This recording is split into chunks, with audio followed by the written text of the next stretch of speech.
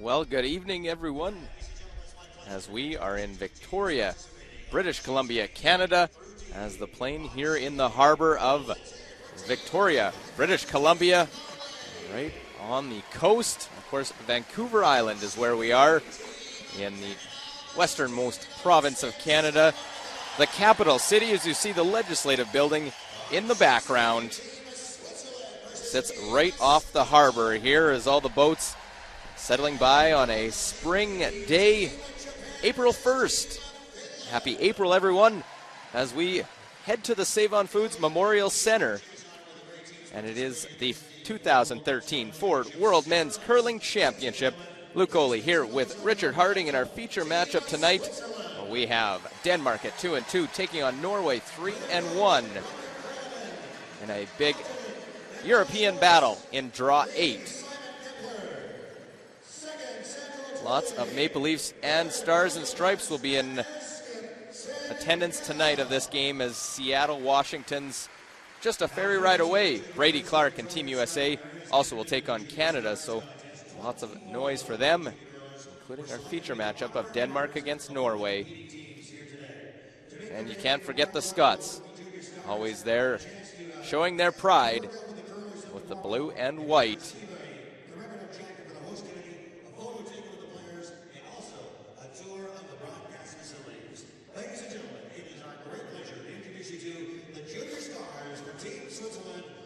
Some people trying to get a close look at all the action going on.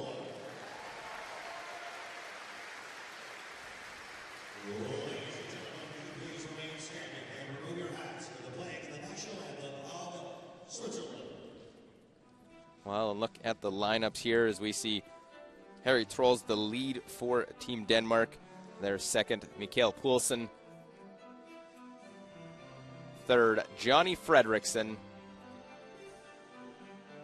And their skip, the young man, Rasmus Stjerne, out of Denmark, taking on Norway. Lead, Howard Vad Petersen. Their second, the charismatic Christopher Svej.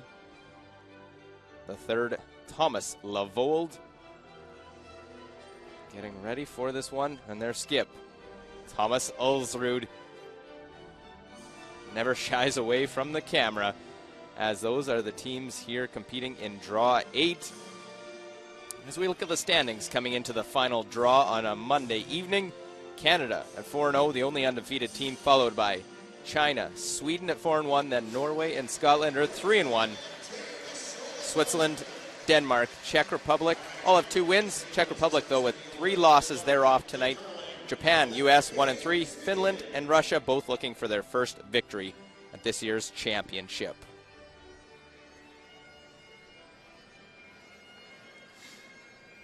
Well, full slate of action tonight. We're on Sheet A with our feature game while Canada takes on the U.S.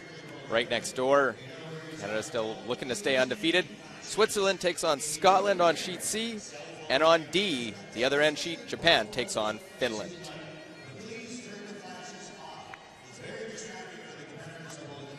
Teams did the draw to the button and just about set to begin.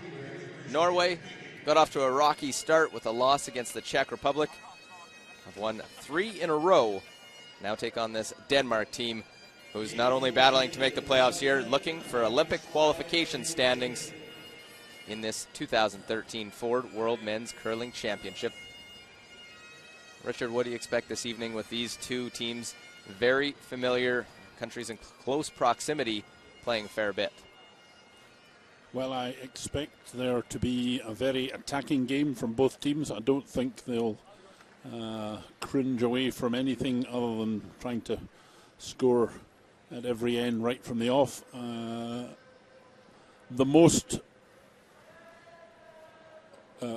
especially Thomas Ulsrud from Norway. He will try to go on the attack right from the beginning and continue, I think, all the way through the game. Probably Rasmus will be a little more conservative, but he'll go after it as well, I think. Well, a little difference in experience at the world level. Rasmus in his second World Championship. Well, this the 10th trip for Thomas Ulsrud. You see the stone colors red for Denmark. Norway will have the yellow. You said you expect an aggressive start, as Norway will have the hammer, winning the draw to the button. We play this first end.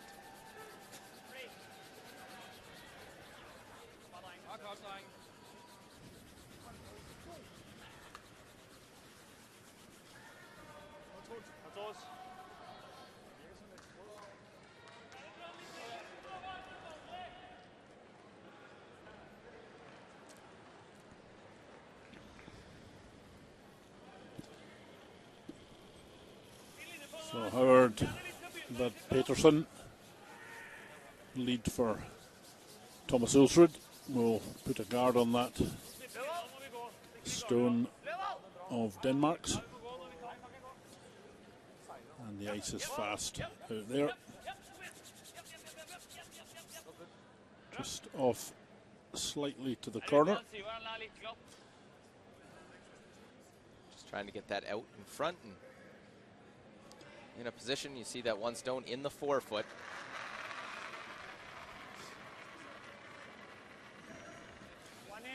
And Ulsrud keeping the play tighter to the middle than most of the other skips.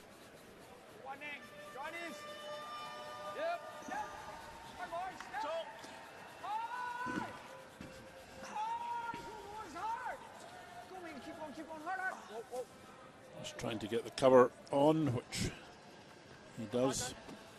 Maybe a little bit shorter than he'd asked for, and now coming around with the next shot. So there are the rules of play in this game. Must play a minimum of 6 ends.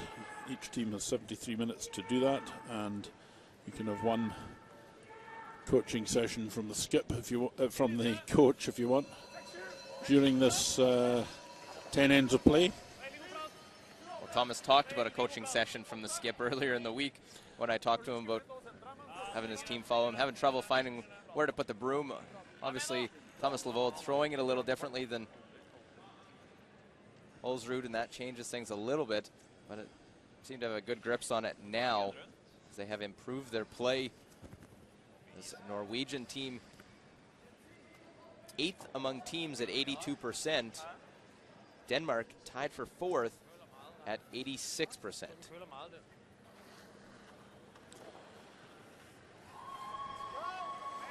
Mikael Poulsen, the second for Team Denmark.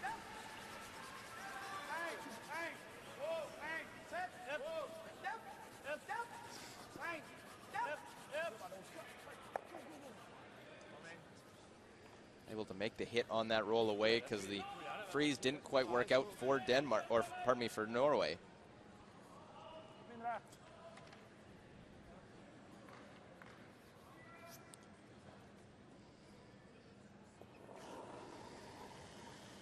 So Christopher Sve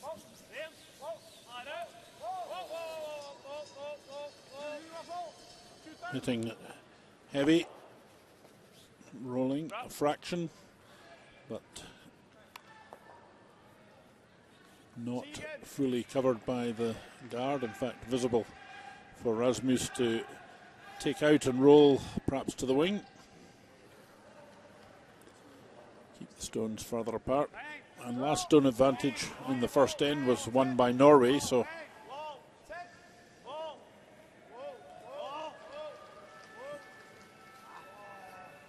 this one needing to swing a bit more. It's just going to roll out, I think. Yes, it does. Just over through that a little bit.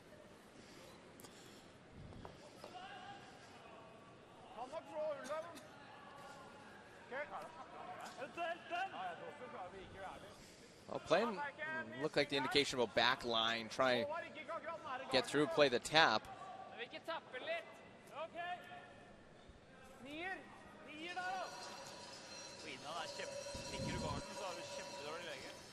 Well, almost making the call from the other end in the hack. Christopher and Howard yelling down, talking about what they would like to play. Regular third of this squad, Torger Nergard, home awaiting the birth of his second child.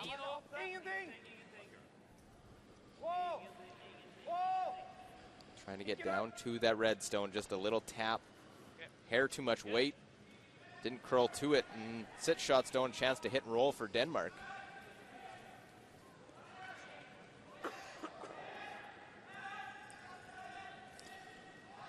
So this time a chance to roll to the left as we look at it there, in behind the guards.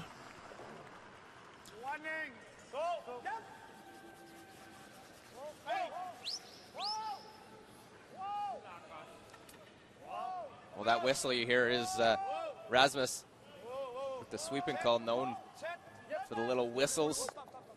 Try and make the hit, the roll. Sit 1-2. So Johnny Frederiksen, he has also skipped teams for Denmark over the years. A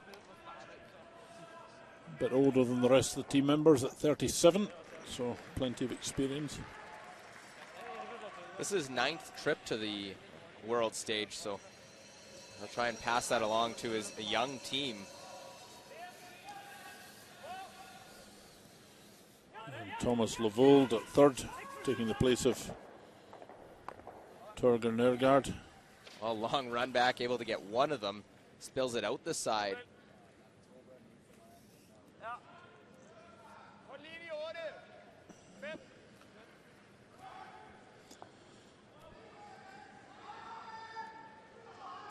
So the stone remaining guarded, that of Denmark, and Rasmus indicating for another one to go around behind these two short guards of Norway's.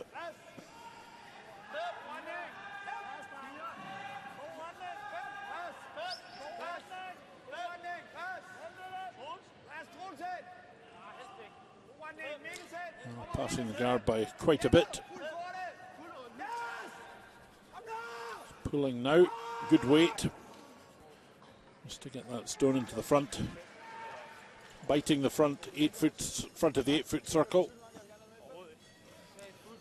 Well, nicely positioned. I don't think it's possible really to come between these two guards and take anything out.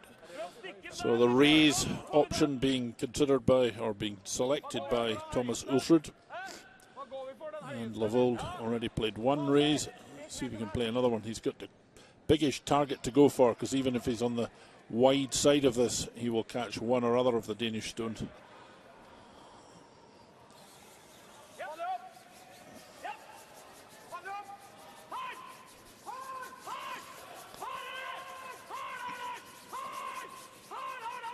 Well, try and run that one back, and we'll get lucky and catch on the side also. Gets 2 breaks on that, touching the top one to get the back stone and staying on the side of the house. Andy actually moved the front of these two reds out into a little bit of open area. So 3 bits of luck off one stone. Well, I've played for about 40 years and I never get 3 bits of luck off one stone. So nice result for Norway out of that, really. They have last stone, and that biter on the left, you see the yellow one just biting the house, could well come into play at the end of here. Very much so.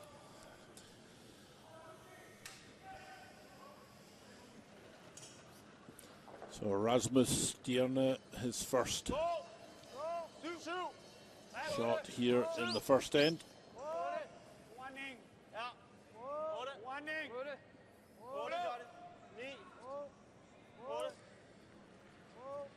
He's pretty wide of that guard. It's coming now. Oh. Pushes the shot stone of Denmark right into the 4 foot circle. Nice first and second shot, but the played shot that he just made there will be fully visible to hit by Thomas Ulsrud.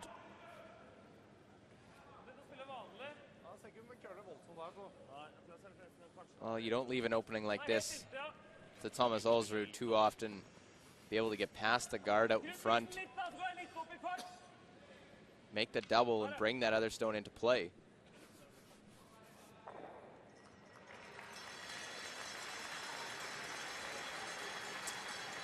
And with Torger Nergard not being here, rather than moving the front end about, they just slotted Levold in at 3. They've done that before when Ulsrud couldn't partake. Levold went in as third, and Torger Nergard skipped in 2010. Team won silver medal. Trying to make the nose double, and we'll jam it, leave it in the forefoot.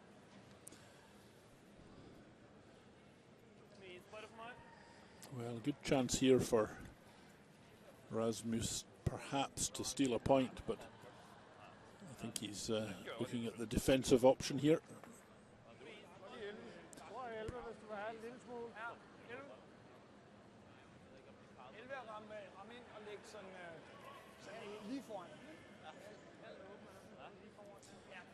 What's the call, Luke? I think they'd like to roll back to a similar position, roll in front, force them to have to try and get just past that guard, try and make the double. Protect your stone in the forefoot, but be partially buried behind that guard. That would certainly be a good result if he could manage that.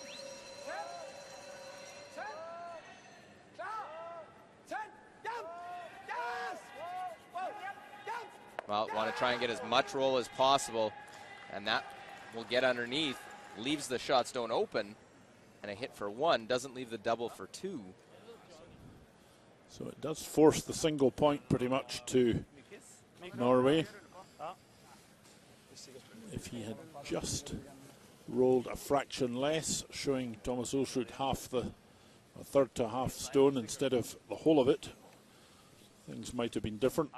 Of course, danger if he just rolled a good bit less and covered it up is that Ulsrud could lift the double and pick up 2. So had to be quite precise with the result of that stone.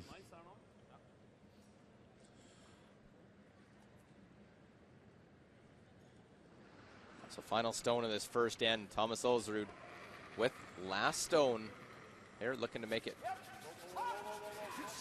count on the scoreboard, needs the hit, facing 2. Just playing a controlled weight at this, needs to hold his shooter in play for the single point. No problem at all for Thomas Ulsrud.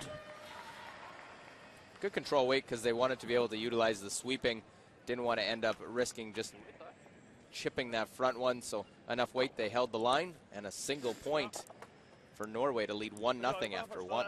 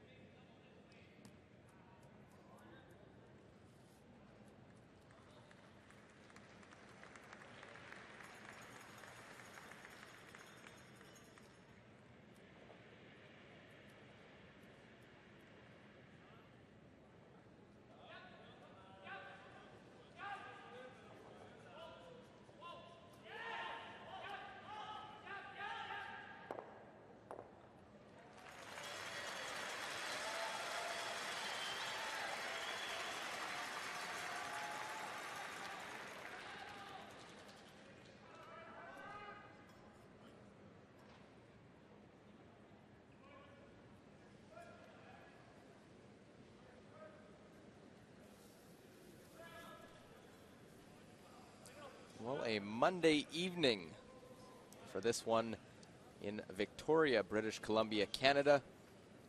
Good crowd in attendance for this one watching on right next to us as we're on sheet A.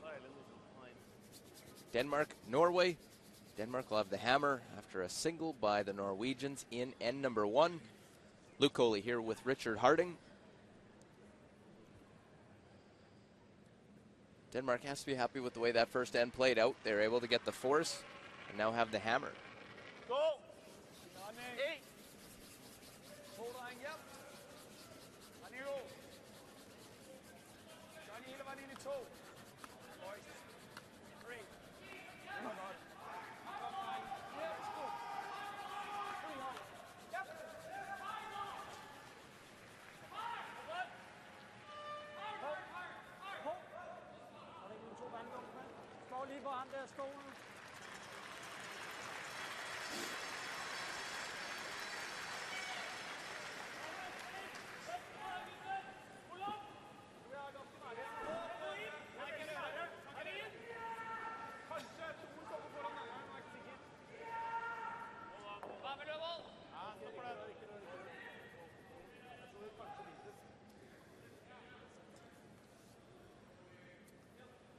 Well, right down on top part of the rings. Here in the second end, we cut over and show you Japan, Finland.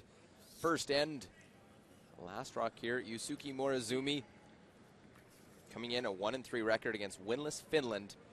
Finland lying 2 and a draw here. I think try and just cut the steal to 1. Morizumi got to go out wide with the in-turn in order to try and get there. This will give you a good look coming in. What he's facing, Stone top 8 foot. Shots don't top the button. Nothing there to really get their single. Just a matter of drawing down to it. Cut it, cut the damage, give up a steal of 1, and an early Finland lead. They've had some early leads in this event, but haven't been able to hold on to them. That one, a 1-0 game after 1. And ours was a nose hit. Just a hair off. Everyone trying to get a snapshot of this Norwegian team with those crazy pants, which was just across a ferry ride away in Vancouver, where they broke out the pants for the first time in 2010. Norway decides they're going to get rid of the corner. Things didn't get set up with the rock positioning early for Pedersen, so they're going to go to the side.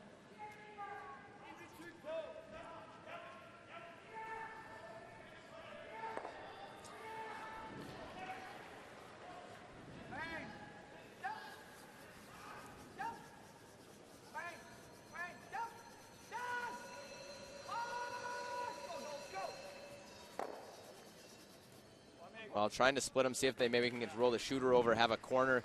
That one just biting the top of the rings. Norway wants to control that center line part of the house.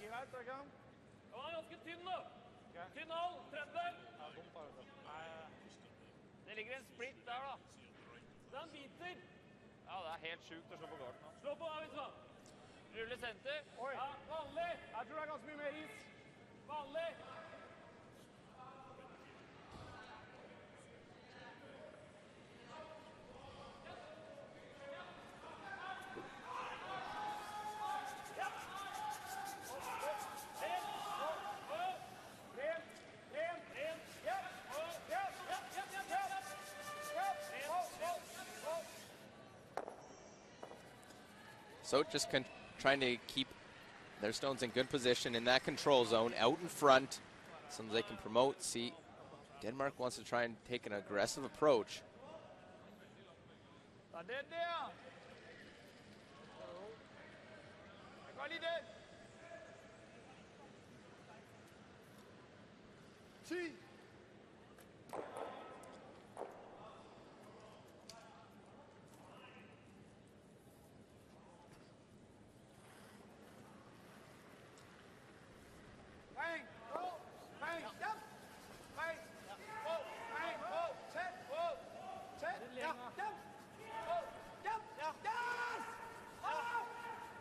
I'll try to see if they can catch the back edge, roll it in. Won't be able to, and might see Ulsrud go top 4 foot, or he can play the hit, try and clear those two.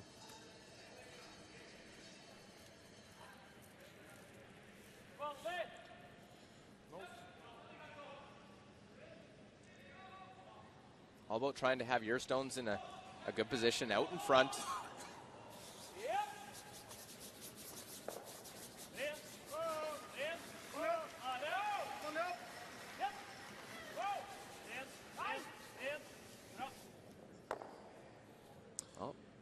So, peculiar end is swapping hits on the nose just short of the rings. All started when they just couldn't get the first couple of stones positioned for Howard Vad Peterson. They've had to try and battle in that control zone.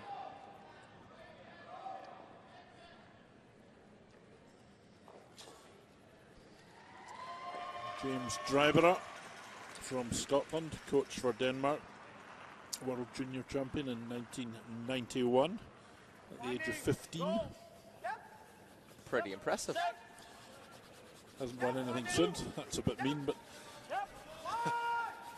that was his high moment. And he's from Scotland through Sweden now with Denmark.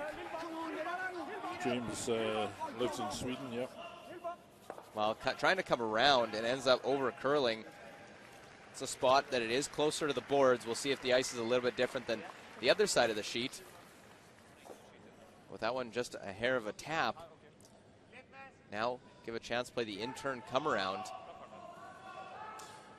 And Ole Ingvaldsson, formerly coached Paul Troelsen, the Olympic champion back in 2002. Was he coaching a team at the World Juniors that James won in 1991? No. But now the coach, national coach for Norway. Well, unable to get around, just touches that one over. Sits wide open, and now a triangle of stones to roll behind.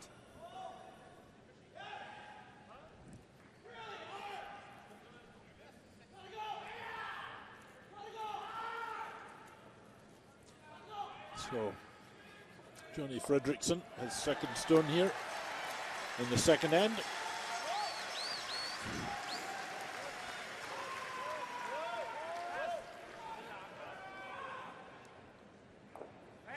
This one needing to swing a bit.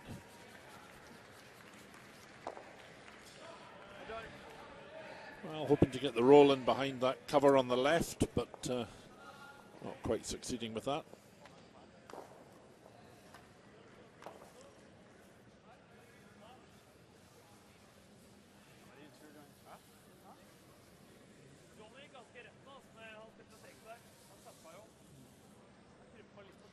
So it does give Thomas Ulsrud the chance to play that shot. I think we'll see him play probably a little bit less weight at this. He favours the more controlled takeout. Yeah, never overthrows a lot of them. You saw that in the first end with his hit. If anything, there'll be lots and lots of sweeping to be done.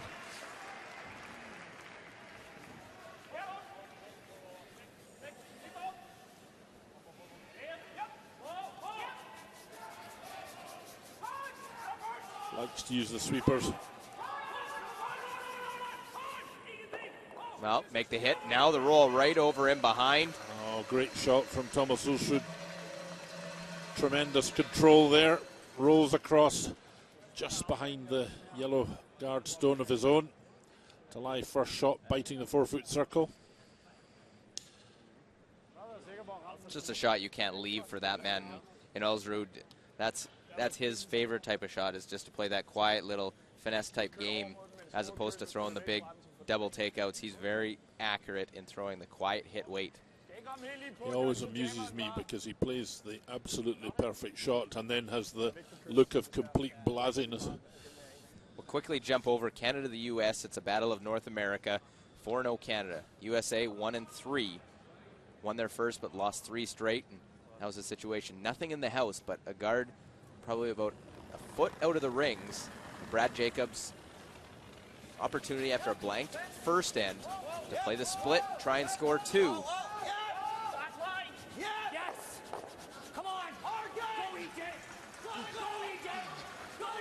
Well, they got to roll both of them into the rings in order to get 2.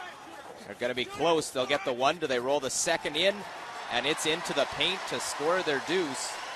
So Brad Jacobs, the split works, gets a 2. And they lead by 2 after 2. And meanwhile, when all that was going on, you would see in the other screen that Rasmus Stern raised and took out the stone of Ulsrud and the front guard stone. So an empty house once more for Ulsrud. Chance to go round these guards and lie full in the white circle there.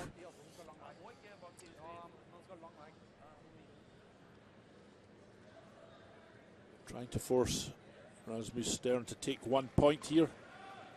So a good draw shot behind these guards would go a long way towards forcing that course of action.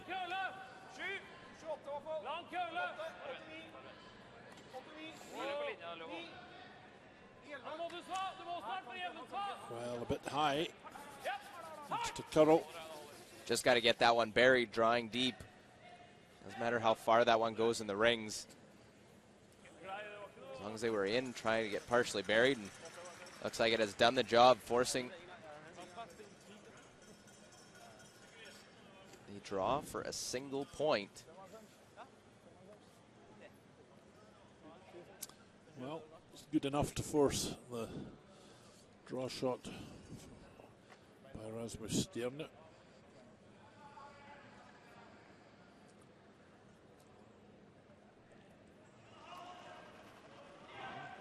Final stone needs good 8 foot or better. Want to put this one right on the button.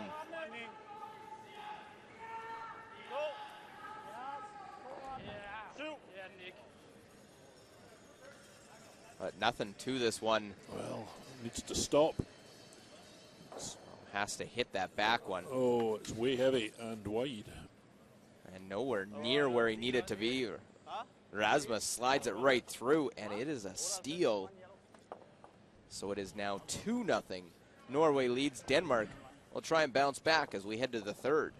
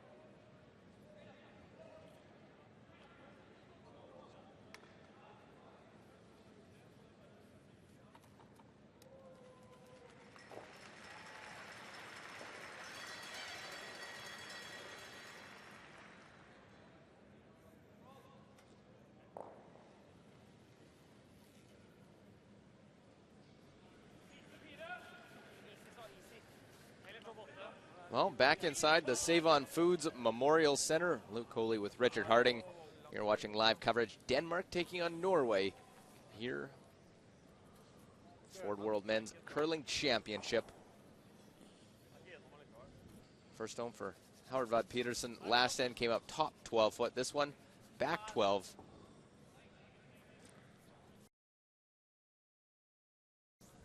Called trying to make that one top four. Now Denmark going to have to respond after the steal in the previous end.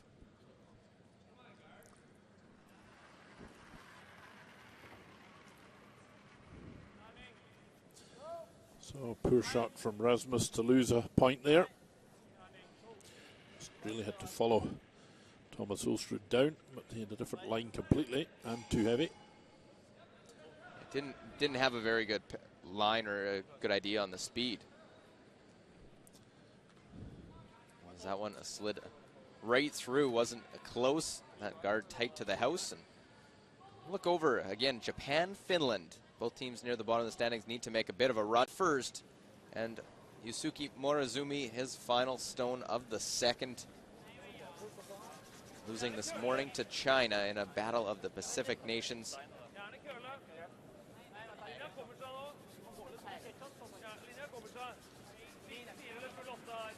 Morozumi just front end just guiding this one in. So he will draw down, needs to get it down to their own. Needed less than that, needed just hit paint. And better than that to the forefoot, gets 2. 2-1 after 2.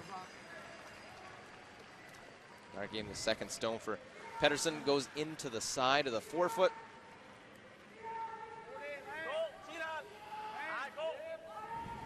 Throws Harry with his second shot.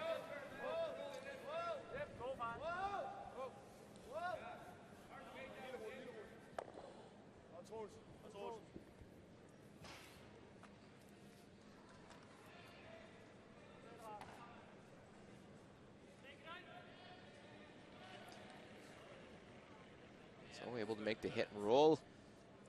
Can't nose this. Lose your back stone.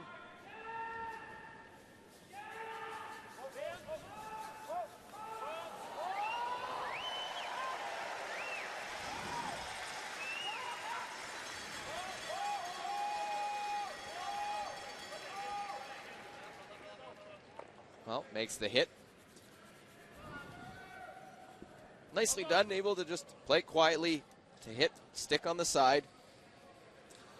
And that's a feature of the Norwegians. They play a good bit lighter than some of the other teams, notably Sweden, when it comes to the takeout. So Mikael Poulsen.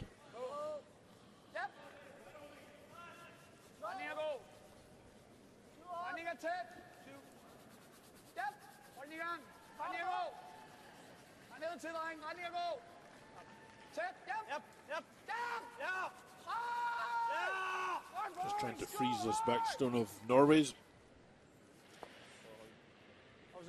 Just fractionally overcurled.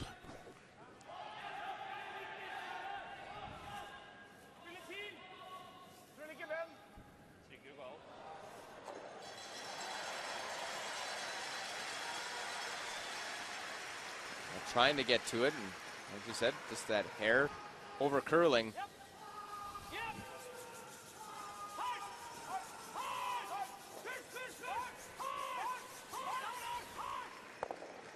Spill them out, roll it over, sit 2 again.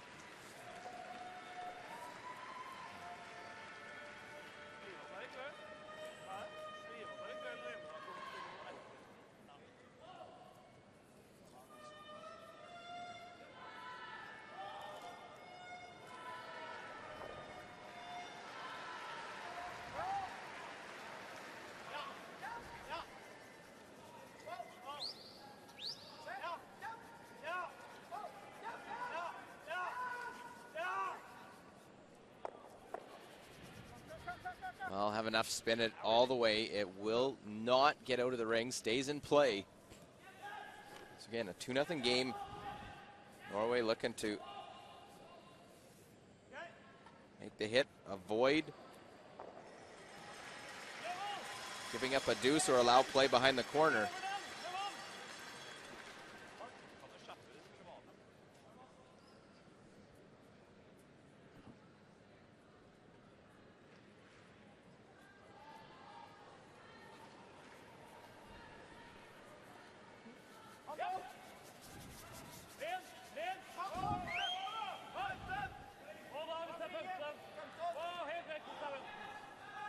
Well, this one needs to curl quite a bit. Overthrown it a little touch, I think. Going to hit and run. Unable to hold the shooter, so now freeze, you can try and draw behind that stone top just out in front of the rings.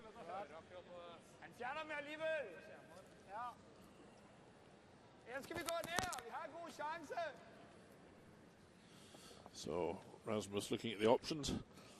Either draw behind that guard on the right or freeze the back one, favouring the draw.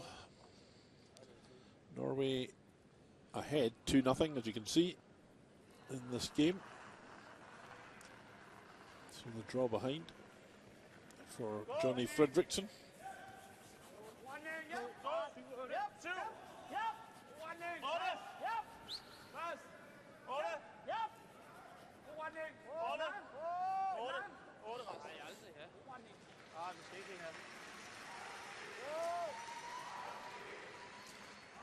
A little bit firm with that one. Didn't curl much at the end. It passed by a few centimetres. Jump over, and Switzerland, Scotland. Scotland 3-1 coming in. They blanked the first end. Switzerland had a tough loss earlier today against Team Canada. Sven Mikkel gave up big points stolen. Now takes on this Scottish team. And David Murdoch, two-time world champion. Looking to come down, get past the front, make the hit, use the backing, and score two. Hoping they may have been able to bring that other one to play, but only get two. Still a 2-0 lead after two for the Scots.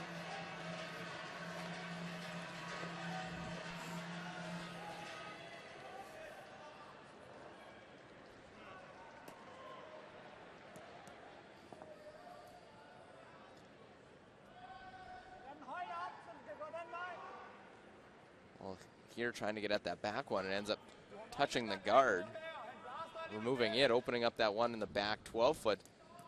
An advantage Denmark now.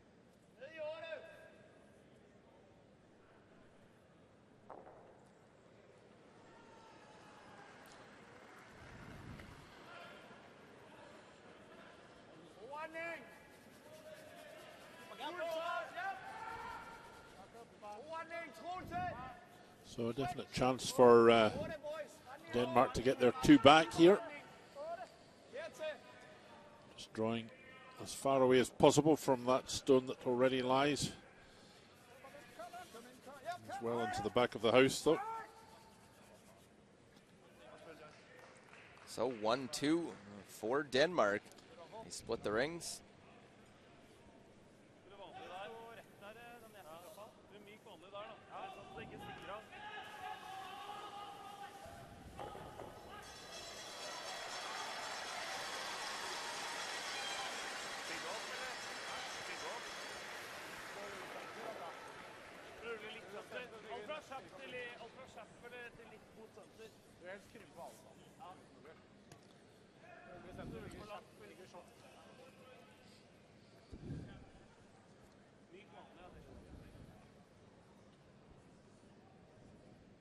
Well, Richard, they want to roll and try and get them closer together? Yes, definitely. Skip stones now. And Thomas Ulsrud first to play. Last stone advantage lies with Denmark here. So controlled weight take out from Thomas Ulsrud. And he gets a little bit closer, but would have liked a good lot closer than that, I think. So it's Rasmus Sterne will look at possibly taking these two stones away. Has to be careful not to leave the double for Ulsrud. I think he's got to roll a little bit in order to do that. If he knows it, I think there's a double back.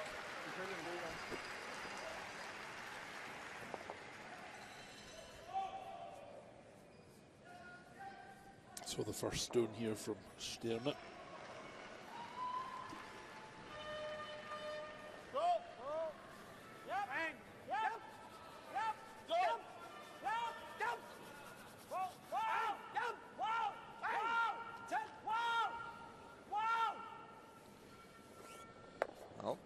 Gets a little bit of a roll, but is the double there, or even the hit and roll, try and roll over in front.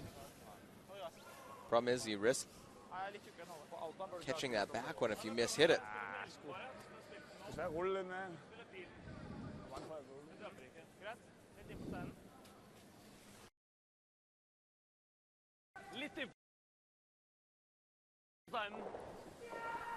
Burde gå helt rett i sitt treffpunkt. Så spiller han alt, så skal det ikke ha noe jammer.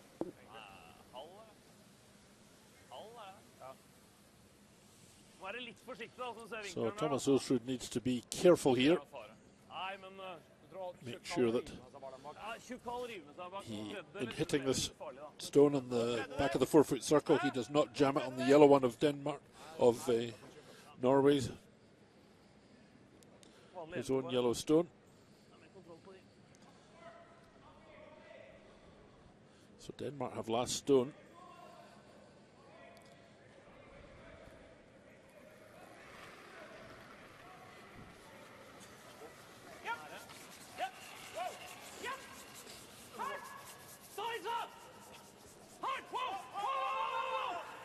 Well, make one, roll it over, bump it right out, and the double made by Ulsrud as he jumps that one across, pushes it out. Well, Jarnay needed the roll, didn't make it. And Ulsrud trumps him. Great shot here from Thomas Ulsrud. The double takeout makes it to perfection. Bumps the second stone out, and now lies 3 for Norway. So forces Rasmus Sterne to make a draw shot here. And last end wasn't even close. He this time facing 3. He better not sail this one through, or he's going to be 5-0 behind. Already shouting whoa. Certainly not light, I don't think.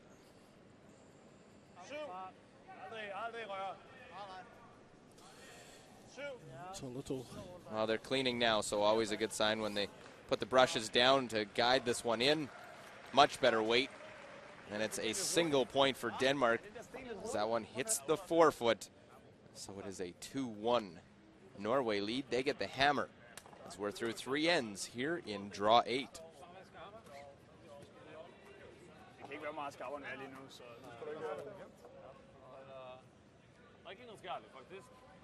Vet du hva, jeg tror det, der er det mer køl. Spiller du inn, kommer jeg. Skal jeg is foten?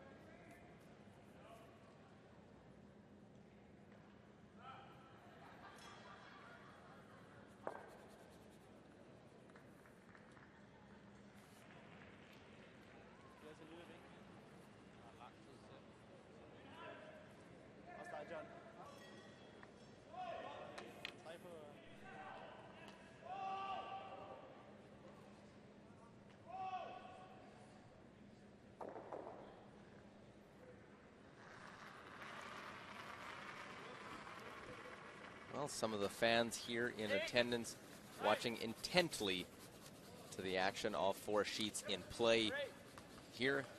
The beautiful Save-On Foods Memorial Center, home of a junior hockey team normally. They're in the playoffs. They've vacated, playing elsewhere in their first round series so that the curling can take over as it did in 2005. This edition, 2013, has Norway sitting with a 3-1 record, trying to move to 4-1. Tie China and Sweden, as we see Howard Vad Peterson at 84%. In the event so far, lower numbers than normal for the Norwegian lead, normally right near the top of the standings. A couple of low games.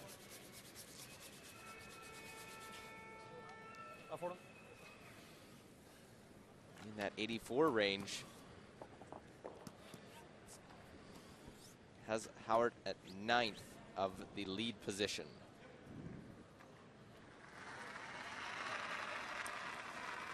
See the difference, 90% for Trolls Harry. That is tied for 3rd.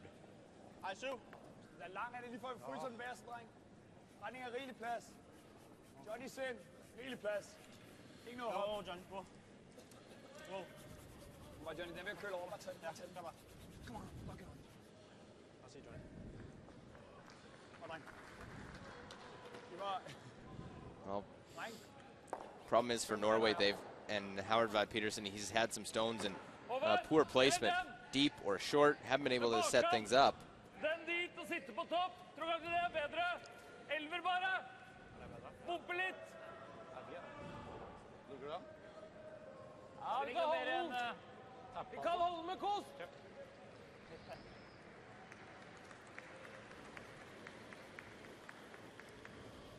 Til inne på der. Backløy! Ok, hold vekk. Rent. Rent. Vekk. Nære. Opp. Opp. Køle. Thomas, opp. Køle. Opp til nesa. Vær med nå.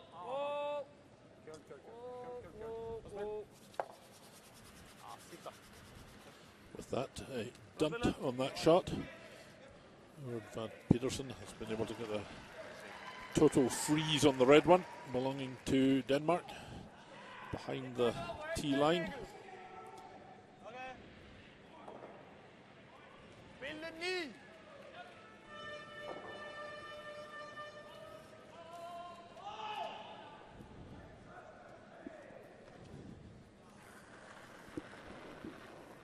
Mikael Poulsen, 88% on the event. Just trying to follow this round and lie right on top of the Norwegian stone.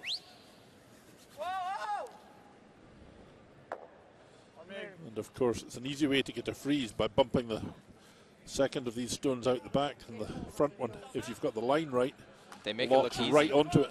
They make it look easy because you're off just a hair and it'll roll off the face.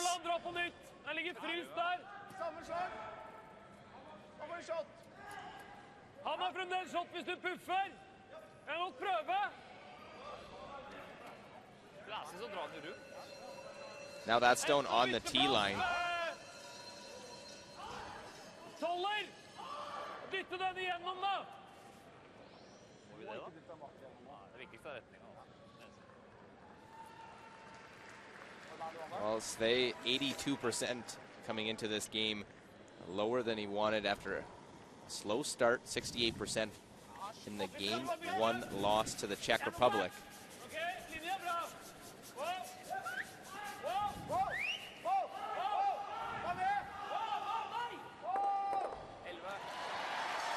Thomas Ulsrud knows here the line is all important. Another one locked solid on there. Now we're working our way over the button area into the front of the house now. So Norway will lie just the second shot. As me Stern asking for a short stone. The danger, of course, is leaving it in such a position that it can be raised by the Norwegians.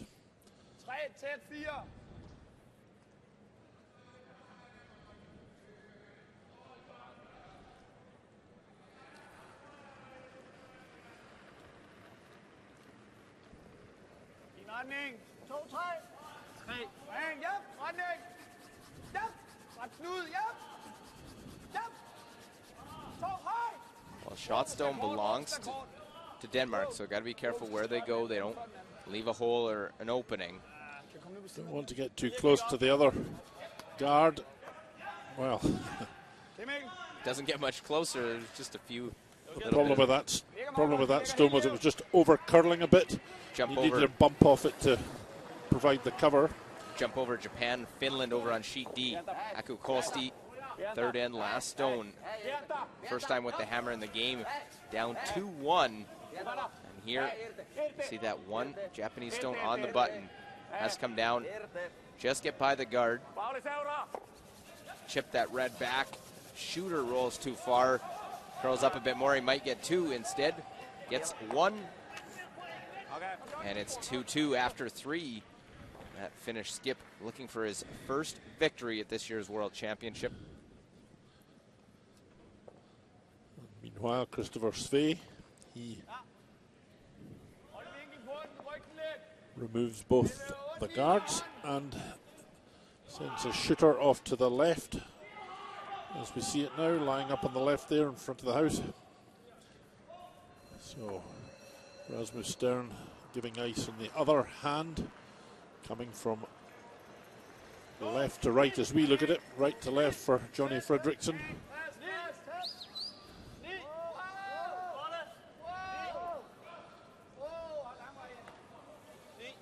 Well, he's at least in the house, and he could be disturbing this setup. Be careful with the angles, they don't roll too far, and they've got enough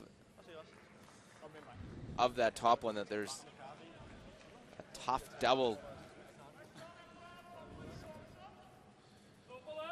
So really only that guard on the top left as we see it there. Everything else in the house, the 3 stones lying on the within the 4-foot circle area.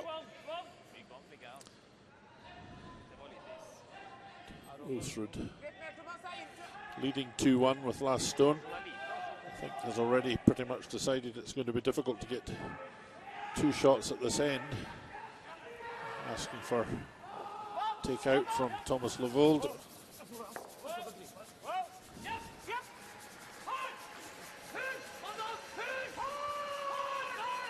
This one's curling a long way. Just to hold it to. Well, do they get lucky and chip the back one? They'll just miss it. Roll the shooter off. Keep the shooter, though, with that quiet weight. But Richard, you're right, did over curl on them.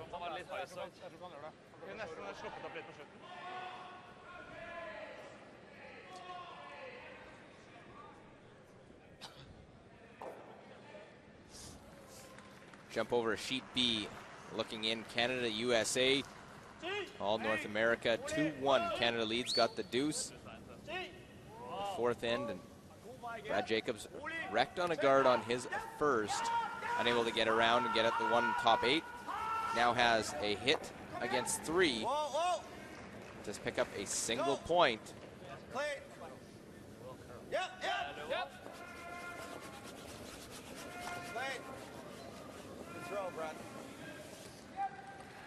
Nose hits what he needs. That's what he gets.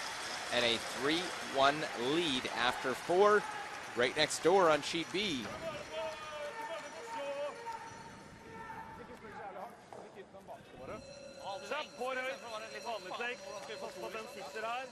Den der går ingen steder, den går ut, den løper vi. For du må ha vanlig så har lyst til å gå på. Myk vanlig. Den sitter her, så skjuter den igjen der. Hvordan blir kjappen da? Hæ? Ja, kjapp, ja. Ja, så kjappen blir sittende her. Ja, foran, og så den toeren tyter ut der. Som er greia. Kjapp eller hår høyt? Kjapp, tror jeg. 15, ok?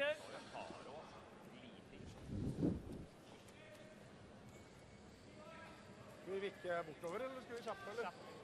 Kjapp med 15. Kjapp og hår høyt. 15? Ja. Den gule vår blir liggende, det spytter ikke ut. Den spiller farta, den spilte var det. Er det greit? Ja, jeg tror med 15 blir den bakerste liggende. Så det er greit som kommer ut der. So Thomas Ulsrud not giving much ice with his brush there for Levold. Putting a bit more weight with this one. A little bit more, hoping to just bump this out, keep the two Norwegian stones in play.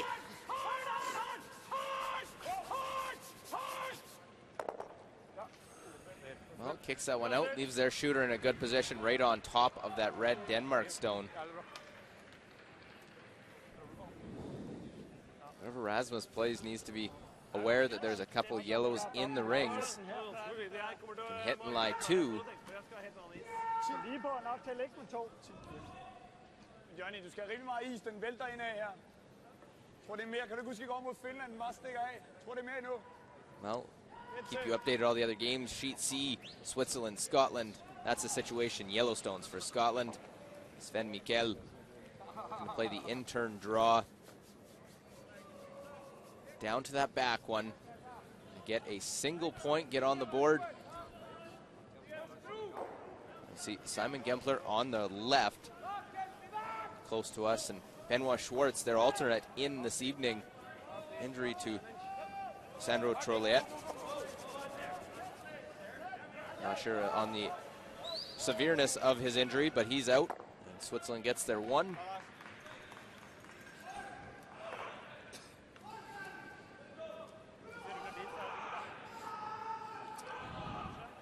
So Rasmus replaces the Norwegian stone with one of his own on the left as we look at that, and now Ulsrud is just considering how best to play this. Doesn't want to leave a double takeout for Rasmus Stern. He's looking at how to score 2 points, so all four Norwegians involved in this debate. Litt low side. Kjapp eller litt low?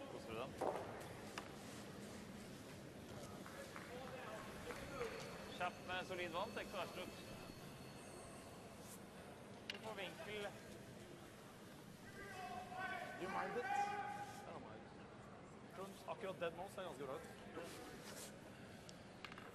Jeg tror vi kan ikke være på vinksida og vant. Hæ? Nei. Good chance here to leave these stones in a difficult pattern for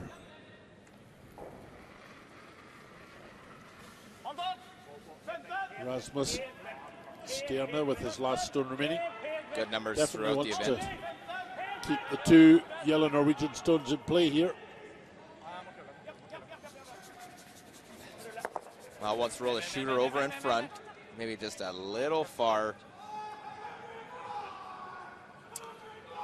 Well, the problem is that the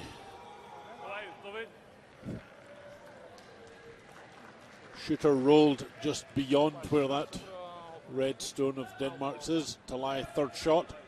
So Norway lie first and third shot, but I'm sure after this, Rasmus Sterne will be desperately keen to make sure he lies first and second shot with only one stone remaining after this one.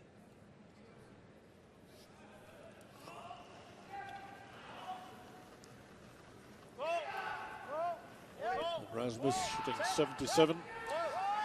77%.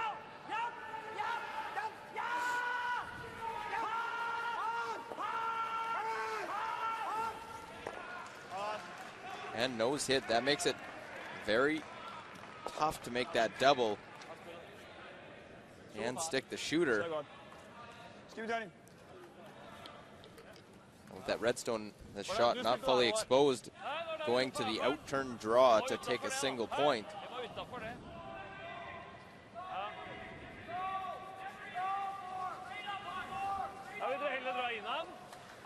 That's why that shooter rolling too far on the first shot for Ulsrud.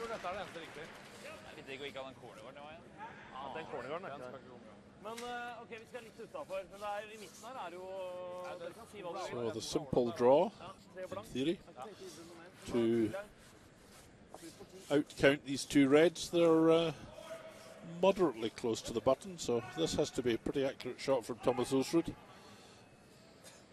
He's got a couple of the best sweepers ready for it if he needs them.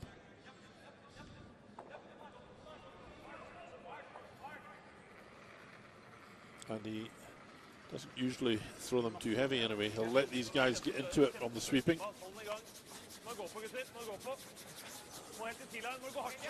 Well, they need to sweep this one. It's going.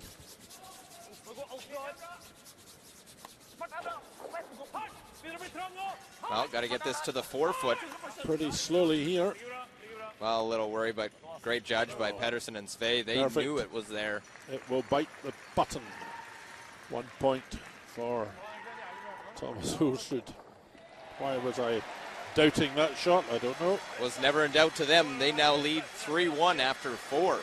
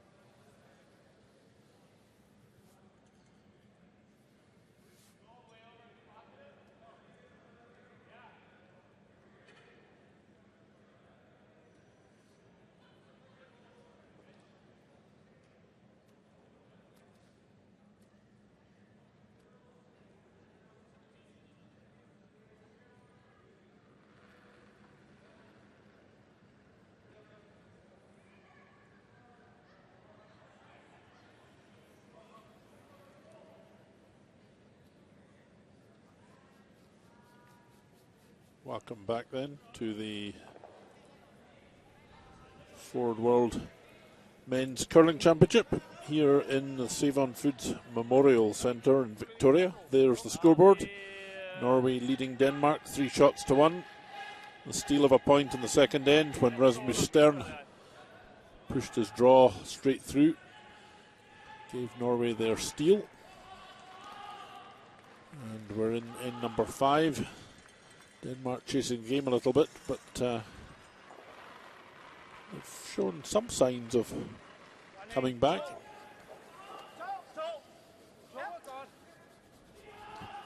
Lead for Denmark. Thralls Harry.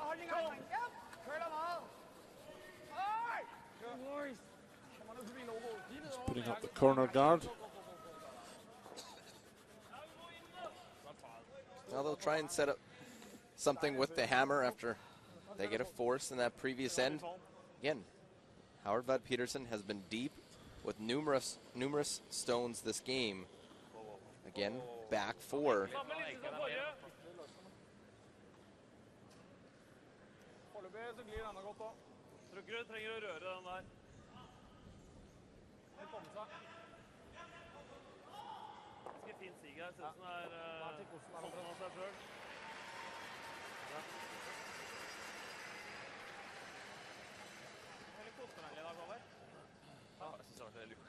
So good line, but let's Rasmus Stern go for the run back double. Well, you said it to begin the game. Rasmus would probably be a little bit more conservative than Thomas Ulsrud and playing the hit here as opposed to just a little tap back or just straight drawing around the corner guard.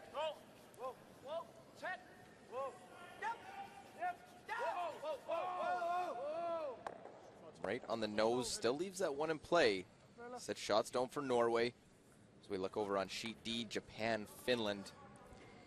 And the final stone here for Japan facing multiple Finnish counters. Yosuke Morizumi comes in 1 and 3. Going to the wide side of the sheet of ice to try and get into the forefoot, try and get a single point. And big scrub here front, and got to get by the front. They will glance off of it, but will it still curl up enough at the end, get into the 8-foot? It'll do just enough. They'll get the single point, so after 4 ends, 3-2. Japan leads Finland over on sheet D. And meanwhile, back at the ranch, Christopher Svei clearing almost everything out of play with his takeout there. Only the one remaining Danish counter in the front 12-foot circle.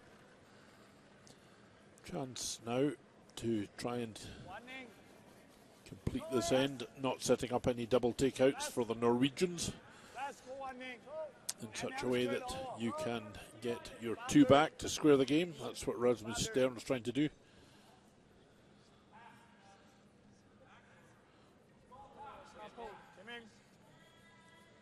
So trying to guard up that stone.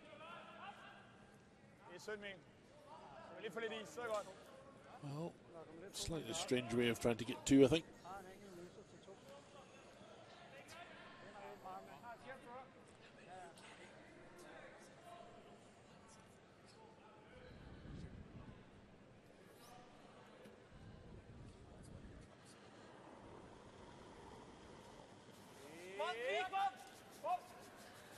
Christopher Svei going after this shot of Denmark's. Just going to come past the guard. Very nice. I wasn't sure how much they could see of that one to come down, but the length of the guard is probably the reason they could curl and get to it. Well, it was a wasted shot by Rasmus Stern with that guard out there, not guarding, of course. It cost them dearly. Chances of getting 2 are now much reduced as far as Denmark are concerned.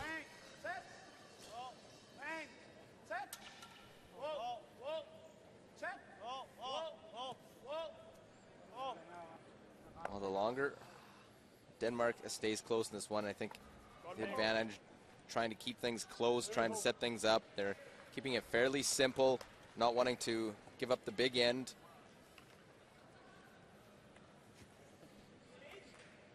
And with the hammer, both sides not really wanting to get into too much. Ulsrud without the hammer going on the outside of the sheet to get at this one from the outside in. Well, there hasn't been a lot of play down this particular stretch. If he can get a little roll in from out here. A good shot from Thomas Levold. Very nice, gets the roll into the 8-foot. Sits behind the tee line. That's the only thing. Now there is that freeze possibility.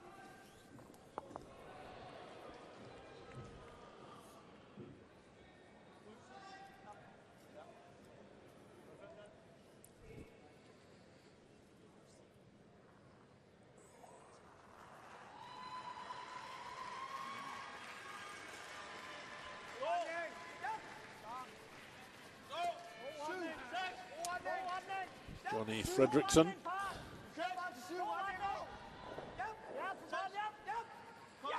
Third for Denmark. Needing to sweep it for weight here. Trying to put this on the corner. And that's exactly what they do. They use that guard to their advantage, draw down.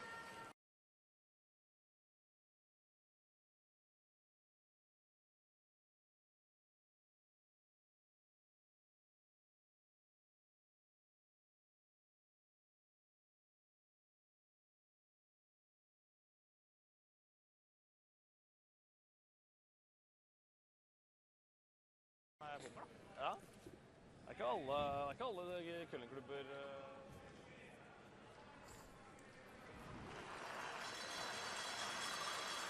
So second stone for Johnny Fredriksson. The out turn hit and hope to roll behind the guard.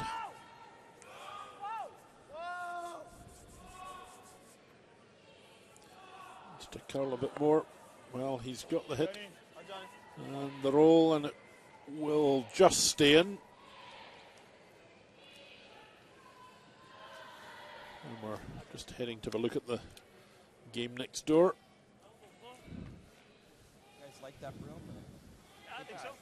We'll look in, and that's what Brady Clark in the U.S. is facing. He's down 3-1. 2 Canadian stones in there. Nose doesn't get him shot stone, so has to make the double to score his single point. Hasn't been able to set things up against this Canadian squad. Doesn't want to go down anymore. Can't really afford the steal.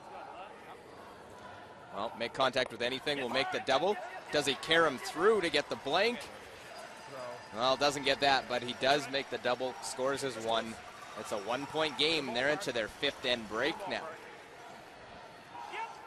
Thomas Ulsrud going after this stone and biting the back of the rings belonging to Denmark.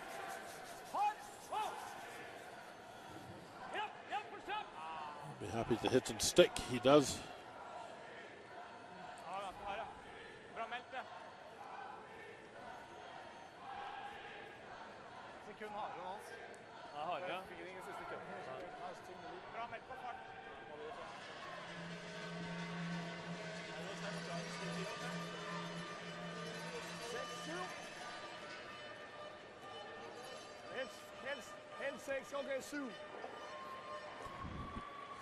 So Denmark have the last stone here. They trail 3-1. Norway are lying that single shot in the back of the house, and Sterne is trying to come round that guard on the right, just to about the tee high line, or maybe a little bit further. Make it difficult to remove for Ulsrud. 3 stones remaining here. This one, and then 2 more.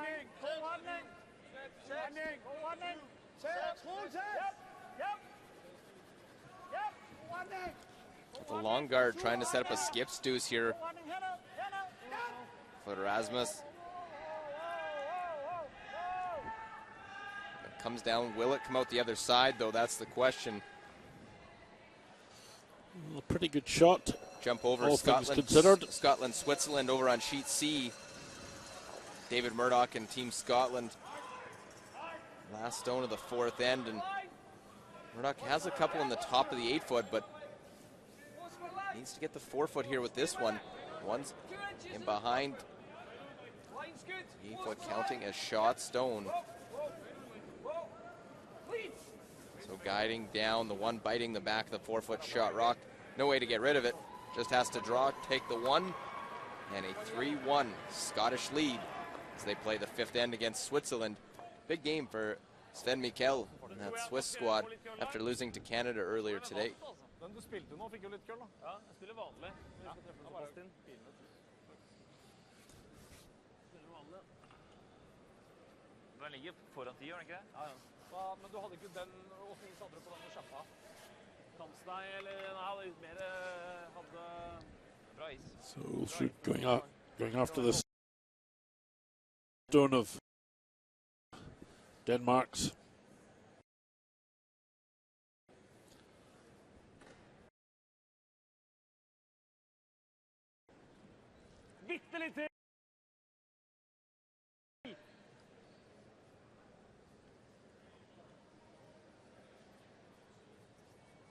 Ulsrud, his final stone without the hammer, has a 3-1 lead in the game.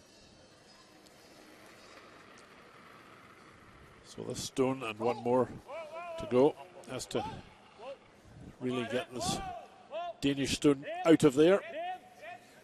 Even if he halves it out and runs as shooter. That's what he has to do.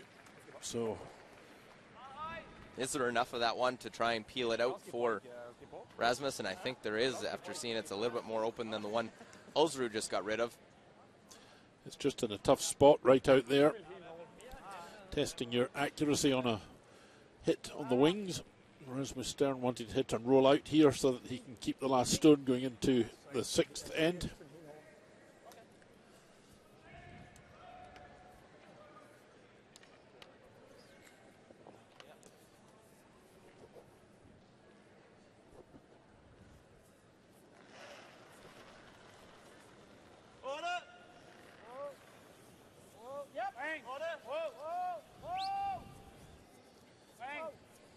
this one needs to curl a little bit. He gets it, no problem. So blank fifth end keeps the score the same at 3-1. We are through 5 ends of play. Denmark, Norway here in draw 8 from Victoria.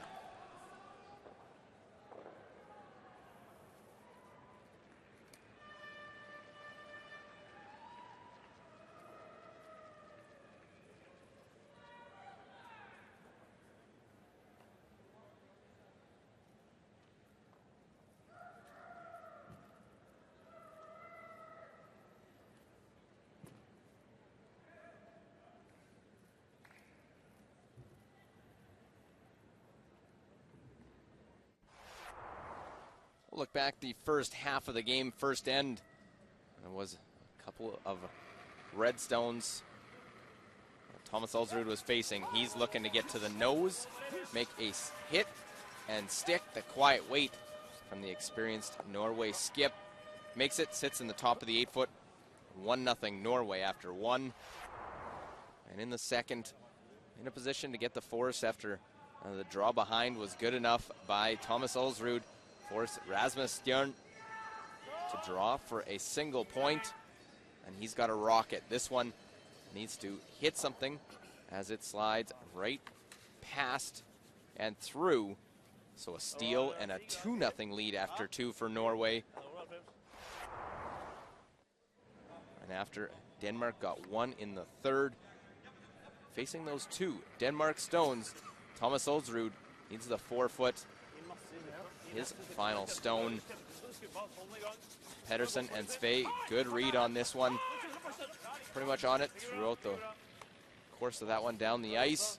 They're able to guide that one right into the button, and it's 1 after 5 ends. A blank and 5, 3-1. Norway leads Denmark.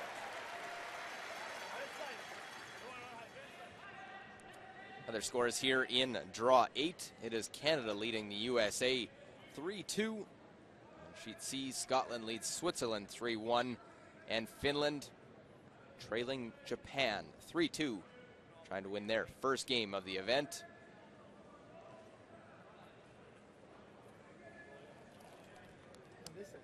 Yeah, that was very cool. Yeah, you got to go for it. When you got to sit the guy up, you got to take the chance to do it.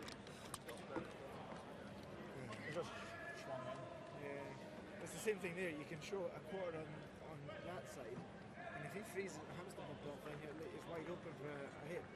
Or if he gets the swing, then he's coming on top. But the corner guy actually goes in right because it's so swingy there. Yeah. Anything, I mean, even the end before coming this way, when you got the force, the guard was too high up, wasn't it? I needed to be a meter further down. I know you called it, but it just needs to be. That was a wild guess from me. Maybe the through a while, like.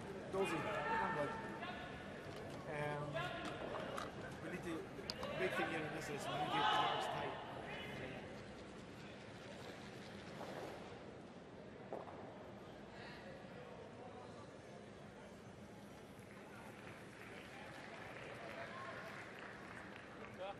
Så det er det. Godt plassert hjørne. Det er hittil den reisen den syveren har fått. Det er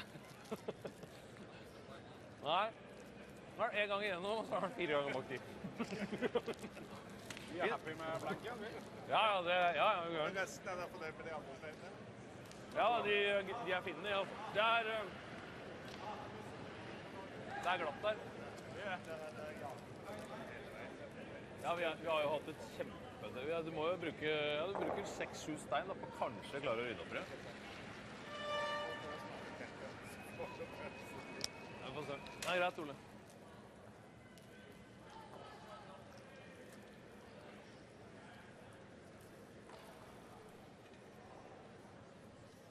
Well, Richard, we look at the first half. Anything stand out to you? A little bit more defensive generally than I thought it would be. The percentages are similar.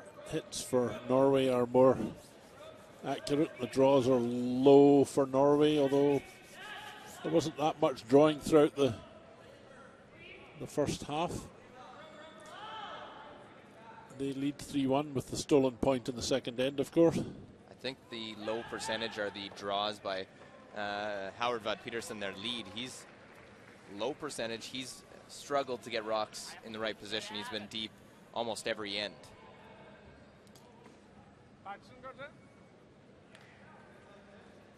So just awaiting the go-ahead from the officials to get started the second half of this game in draw 8. Denmark-Norway, 2013 Ford World Men's Curling Championship. You're as tired as we are after one half of the day. Yeah. Good. Norway and Thomas Olsrud gets the go-ahead from the official. Having a little conversation in their break too. And that's that low number I was speaking about, 65 in this game. They'll need some good rock position. And that might be part of the reason why they've been playing more of a defensive game, because the Rocks haven't gotten in position early. Well, Norway quite happy just to bring the stone into the house.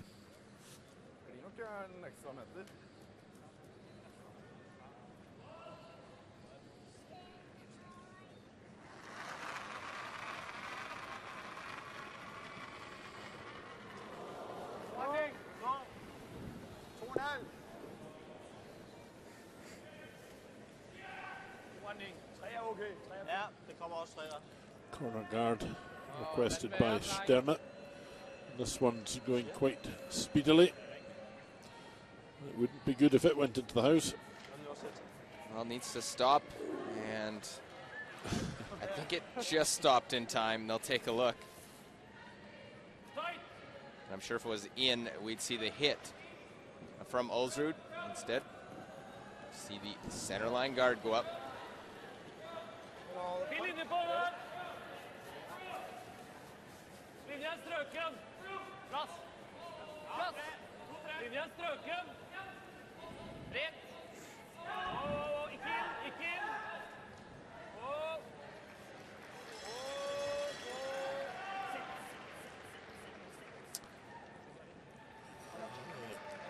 The ice is so fast just in front of the house.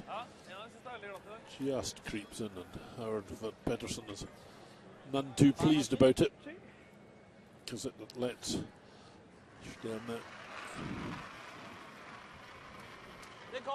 hit these two stones with the second shot of Throws Harry. He wouldn't have been able to do that if it just stopped in advance of the rings.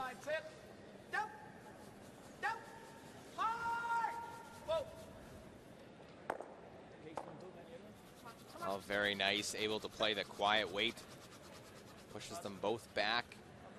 Looks like the one out.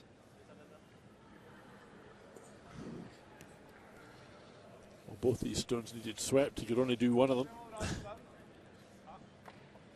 Well, picked one, was able to actually make sure he got it out of the rings.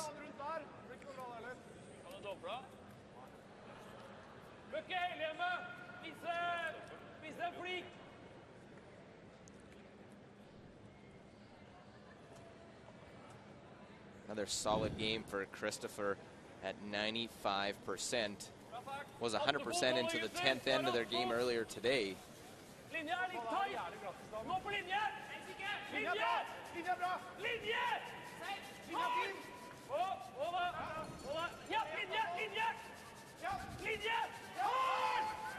Trying to get round this guard of Denmark's, and he just rubs off it. Lies on the front foot circle.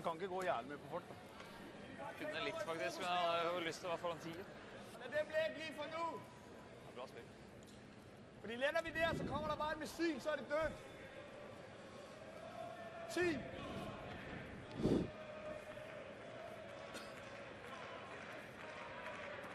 So Rasmus Stern just hoping to hit this and roll behind the guards. 85% for Mikhail Poulsen. Sæt. Hard boys, go. Kom her, Simé. Kan du godt følge mig, John? Jo. 15!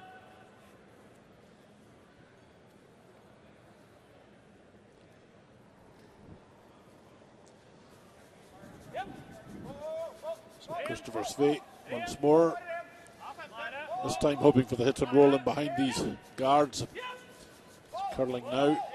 Just has to get the... Oh, well. Needed to swing a bit further to go in round behind.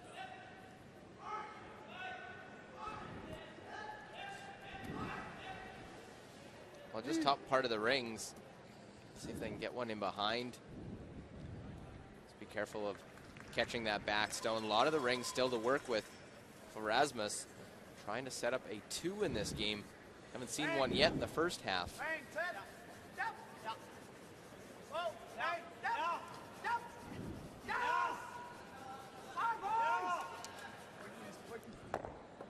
Well, just hits, rolls over. Don't think he's touching the top of the house, but in a position where Ulsrud can't really leave it.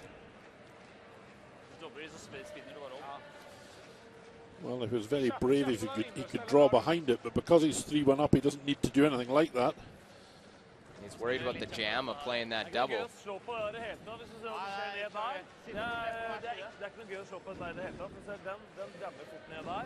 Treffer du den så tjukt, så jammer den. Jeg tror vi må dit, men jeg tror ikke vi må være hele igjen. Så han kan stikke den.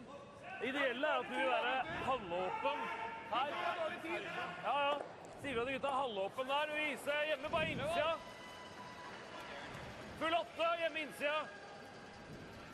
Ingen fart. Hjemme innsida bare. Ikke hele.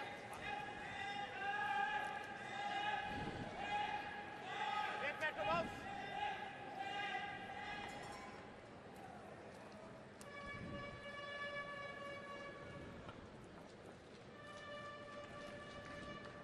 80% for Levold. Slightly below that of Johnny Fredriksson. Gjerne litt til å begynne med. Gå! Linja bra nå. Se opp. Dere. Bare 8 fot. Wow, forsiktig gutter. Linja bra. Linja bra. Til foten sin. Kjøle hvis vi kan. Kjøle. All that decision, they decide they want to try and go around because of the jam of those stones deep and just get an edge of it buried. The problem there was it just didn't curl much at all at the end. Richard, were they playing a little safe? They didn't want to touch that red one in? Well, they certainly didn't want to do that.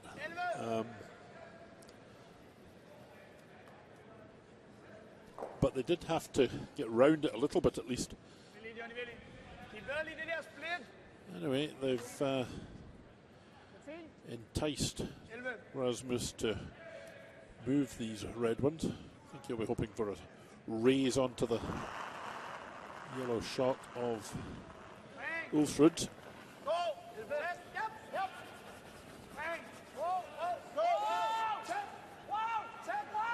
This needs to curl a little bit if it's going to raise it onto it. Good finish wide. Well, he makes it nicely. Overlaps those guards, so if a roll is made, it'll be tough to get rid of. Yes, and it is now in the open fully. So a controlled weight at this can generate the roll behind these two half-checked guards in front of the house belonging to Denmark. So, quite clever play by Ulsrud here.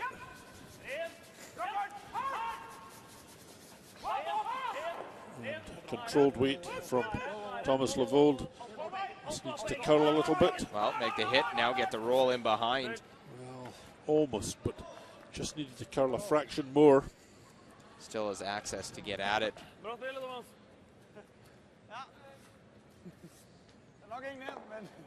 Rasmus Stern has last stone here, but the way things are going at the moment, he's going to be forced to use it for a single point.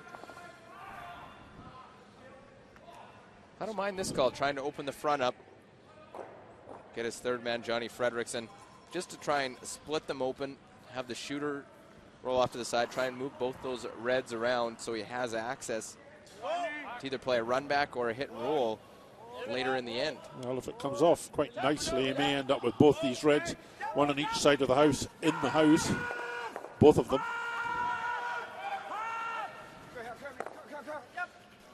A bit like that. Well, in their second and third shot. And good play from Fredriksson. He put a little bit of weight onto that, which he had to do because he was moving quite a lot of granite to each side of the house and spreading them out quite significantly, which was exactly what he needed to do. Denmark now look as if they've got a bit more chance of a possible 2. But you know, quite often in an end, you need one extra shot up your sleeve to make the 2. This is the way this looks to me. It looks like one shot away from, you need a double or a miss from somebody to actually convert it to the 2. I think you're absolutely correct there. Just the way setting up, it gives you a chance and puts the pressure on your opponent to make sure that their shot's accurate. Yes.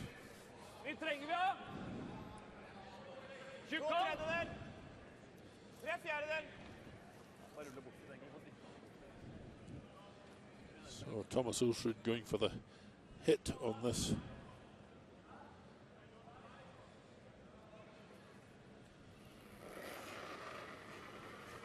Stone of Denmark's.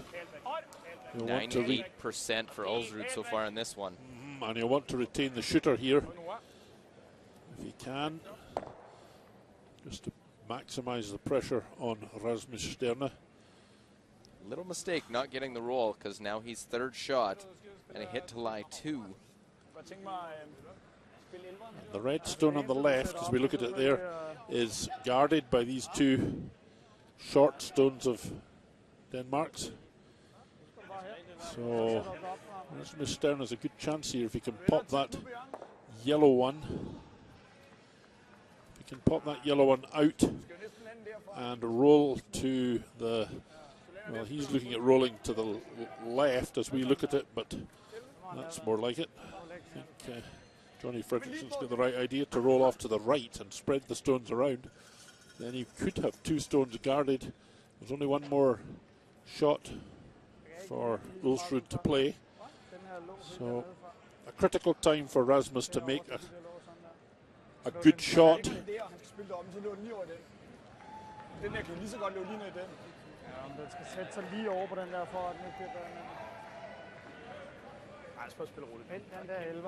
The trouble about going to the left is it's too easy to set up the double for Ulsrud. I think if you can hit and roll to the right, there's almost no chance of the double, especially if you go behind the guard. The short yellow stone in the front, blue area in the circle. So as we look at it, hit on the left hand side of that yellow stone and roll in behind the yellow counter lying in the front blue circle to lie 2. That's the shot. Rasmus Sterne, 88%. That includes the draw through the back of the house, so the rest of them have been quite good. I'll try to roll a little bit, get it just tucked in behind. Well, nicely played by Rasmus Sterne. Perfect shot. He has last stone here. This is the last stone coming up for Ulsrud. Well, where he's got the broom is he lined up to try and run it back and have the shooter roll over.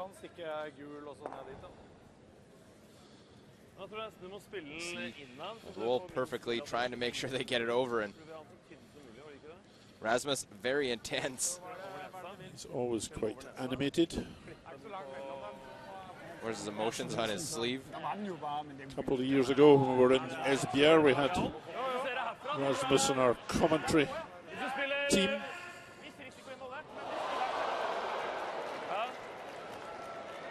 A few interesting things to say. In English or Danish? Oh, all of them in English. So this is an important shot for Thomas Ulsrud. He's hoping to just bump the yellow shot onto the red and jump over to sheet B in Canada, USA. Now you might have heard a few oohs and ahs in the crowd. That was a flash by Brady Clark. He's going after a double, missed it. And now Brad Jacobs from Sault Ste. Marie, Ontario, Canada. Out-turn draw. Has to hit the paint. And shouldn't be a problem here. Can't hurt it. Missed to take 4 in the 6th and a 7-2 lead. You're going to hit the hole.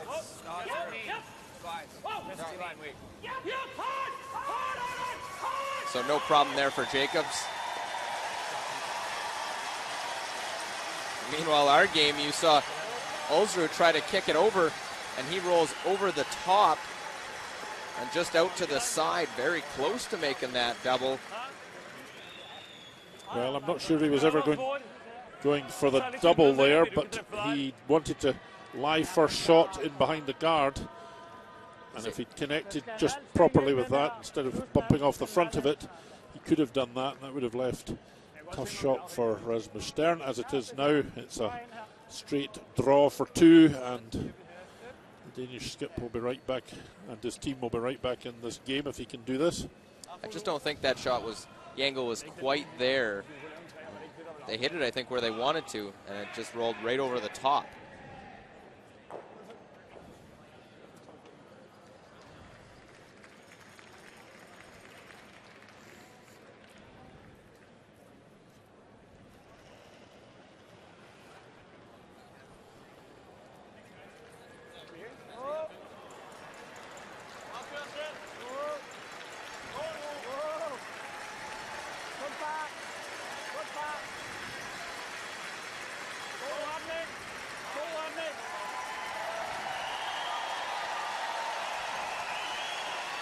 And the draw to the button by Rasmus Sterne gives him his 2 in the 6th end. Ties the game up at 3-all. 4 ends to play. And as we predicted in advance, this would be a good old battle, and that's what it's turning out to be.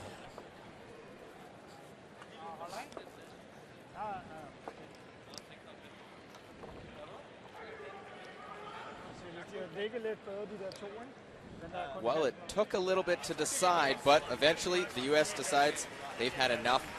They concede 7-2 as Brady Clark and the U.S. lose their 4th straight game. Canada 3 days in, they're undefeated. They're 5-0 with the victory. We'll be back for N7, Denmark, Norway after this.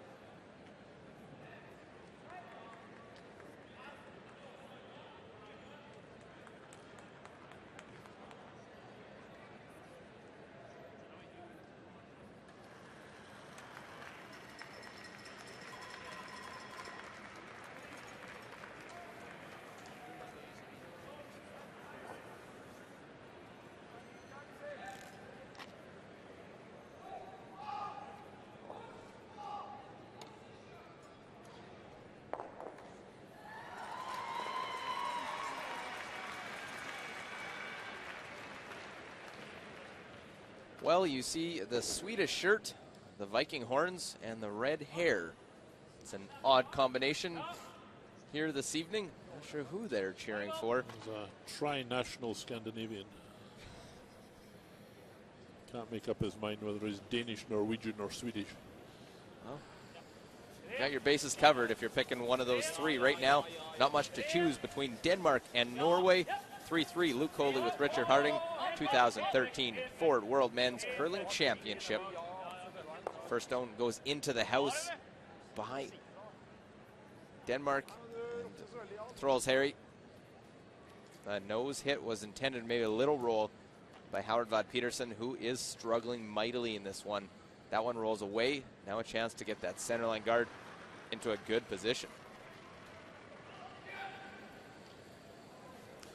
Well, Thomas Ulsrud, just that one, well, maybe over-forced the play a little bit in that last end in an attempt to steal a point. And when Rasmus Stern made the split for 2, both of them behind the guards, it was a little bit of a writing on the wall for Norway in that end. And of course they gave up the first 2 of the game to Denmark. And with that centerline guard going out, we will see the outturn come around by Howard Vod Peterson. Linja er fin, linja er strøken. Plassen er hvis man blir overbegravd. Av seg selv. Ingenting ennå. Gjemmer seg selv. Ikke rør, ikke rør, ikke rør. Gjemmer seg selv, så. Well, right around, goes to the top of the forefoot. Well placed by Howard there as we jump over to Japan, Finland. Finland still looking for their first win, throwing the yellow stones, and Aku Kolste has a chance to score multiple here with his last stone against Yosuke Morizumi. First time here as a skip is Kolste. Twice previous at other positions. And here, draw down, lying 1 and 2 already. Now scoring 3. There's the triple for the finish. They finish off that 6th end with 3, and now lead 5-3 after 6.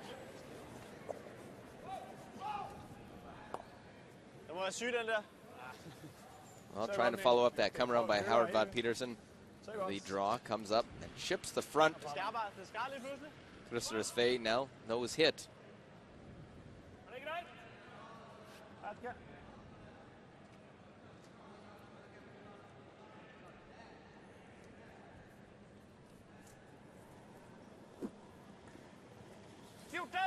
Rent.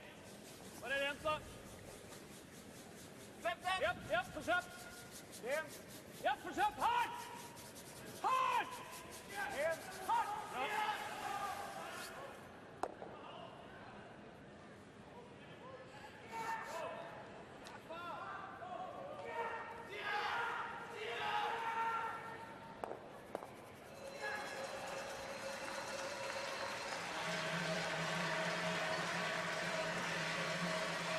So the nose hit to lie 2.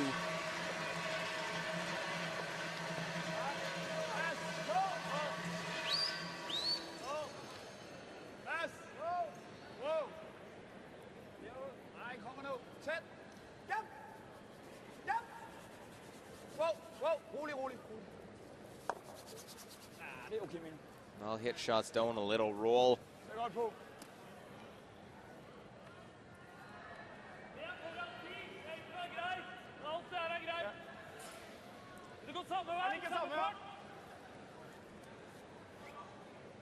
So the shot open for Ulsrud this time. Chance to roll in behind that centre guard of Denmark. Christopher Svei. Top form tonight.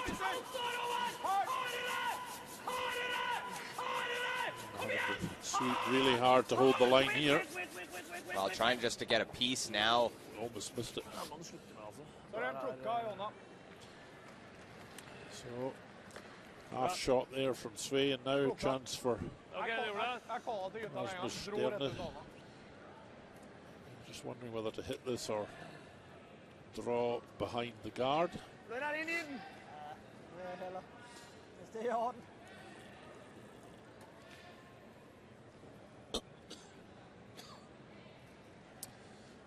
Going for the takeout anyway from Johnny Fredriksson.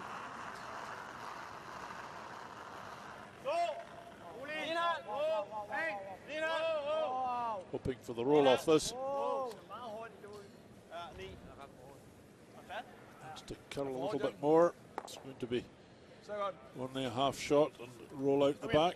So now the chance. Jump over a quick update over Switzerland, Scotland. Right now, Scotland lying 1, edge of the 4-foot.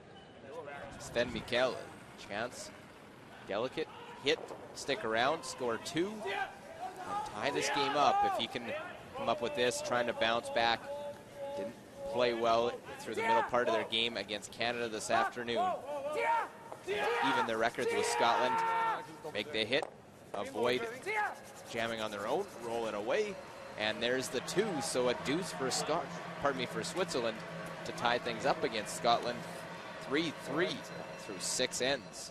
And while that was happening, all stones cleared out of play on our sheet of ice. So Johnny Fredrickson now trying to re-establish a centre guard.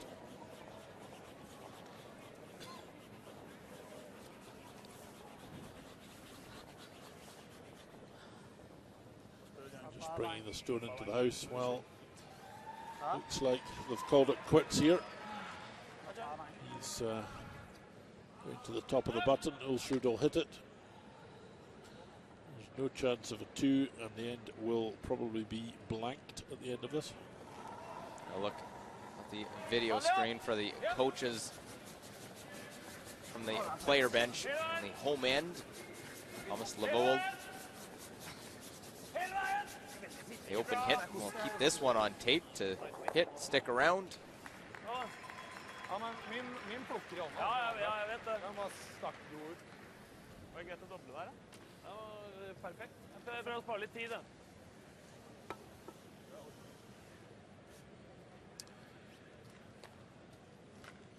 So it was fairly early to simply trade hits to the end of the end, but that's what's going to happen here. Rasmus Sterne hitting this stone. And lying himself.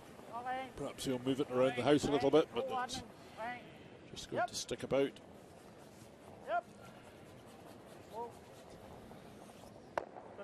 Right on the beak. Not much doing for either side in this one.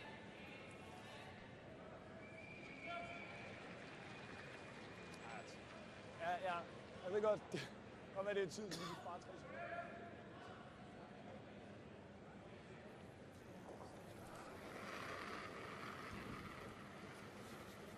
Vik vanlig. Det er helt sinnssykt. Du begynner litt på sett der, man. Han turer på det. So he hits that one right on the nose. One more for Rasmus before the blank attempt, and Ulsrud probably doesn't have problems going to the 8th end tied with the hammer, 2 hammers to 1 of their opponent.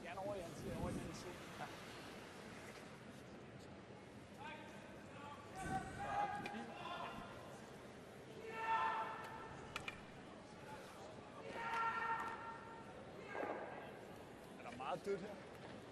Ja. Og det er altid der.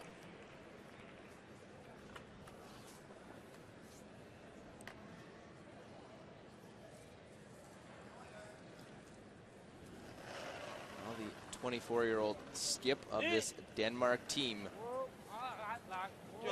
2009, 2010 World Junior Champion.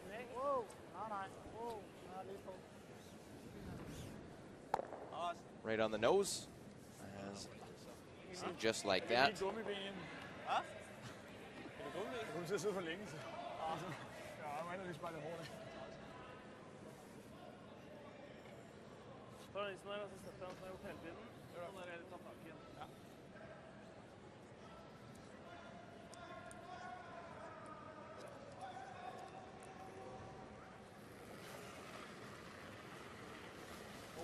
Helt vekk, helt vekk, helt vekk, helt vekk. Helt vekk. Rent. Ikke bra. So the hit and run for Thomas Ulsrud to hang on to the last stone advantage. So that will mean a blank as they hit Det er deilig å følge roll på out lever. and remain Jeg slipper den der, 3-3 så føler jeg after bare, 7 ends. Shit, ikke flott. as they roll that one out. So 2 hammers to 1 here, the Ford World Men's Curling Championship from Victoria.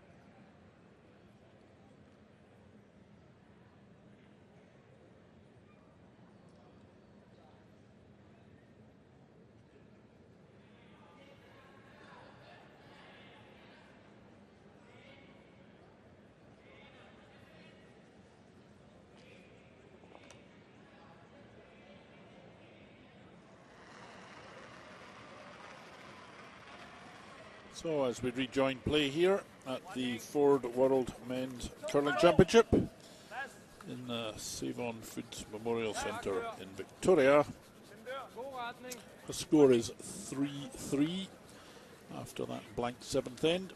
Denmark against Norway. Important game for both teams, really. Norway have only dropped 1 game so far, Denmark 2, so the Danes probably more in need of the victory. Denmark lost in the first round to the United States and then to Scotland. We're able to bounce back with wins against Russia and Finland, so they've won 2 in a row. Denmark tomorrow will take on the Czech Republic in the afternoon, then Japan in the evening, so there are 2 games they should have a chance to try and put a couple wins together if they can come up with a win this evening. But Thomas Ulsrud has to be happy. The way this game, he's had a lead in Harvad Peterson that's struggled, hasn't been able to find the weight, put it in the right place. And that's not allowed him to get things going early in an end. Really only the one error by Thomas Ulsrud in that last end. Things went a bit against them and they lost 2, but other than that, they've been pretty much controlling the game.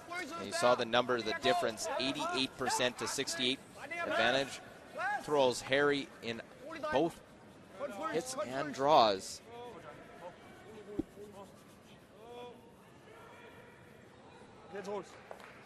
Come down, get to inside, play the freeze, and cut over to sheet D as camera has a view there of those 4 yellow stones belonging to Finland. Finland with the lead, and Yusuke Morizumi has an open path, no guards, so has access to the 4-foot to get the 1. But anytime you're throwing against multiple counters, nerves can come into play.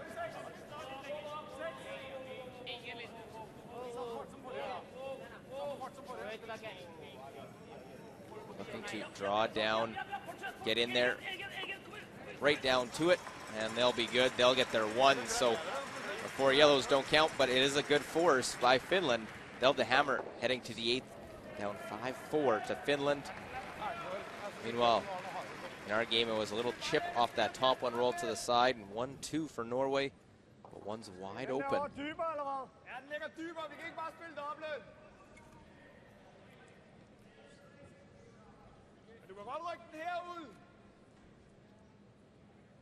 Det tror jeg ikke er noget dårligt skud. Pil. Det er 5'er nu også bare, så er du klar over det. Rundt lige meget papir, Mikkel. Ja.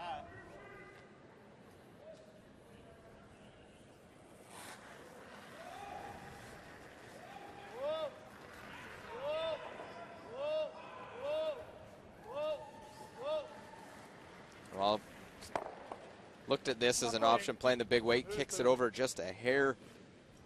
Have a good angle with that stone, top 8 foot. One sitting in the 4 foot.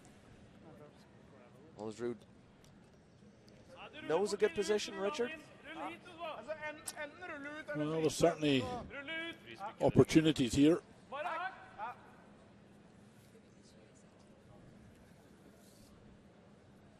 think it looks perhaps slightly better for Denmark than Norway at the moment.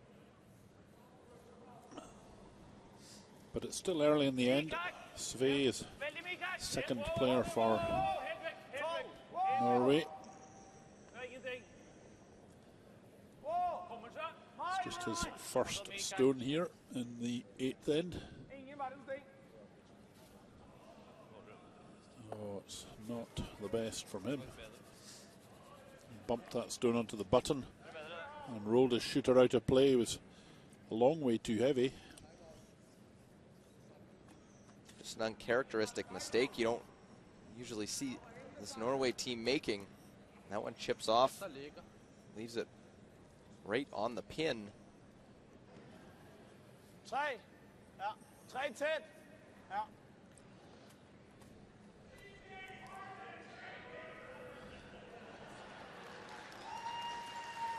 So Rasmus. You look at the numbers and the advantage for Sve. He has dropped a bit in the last couple ends. And missed earlier.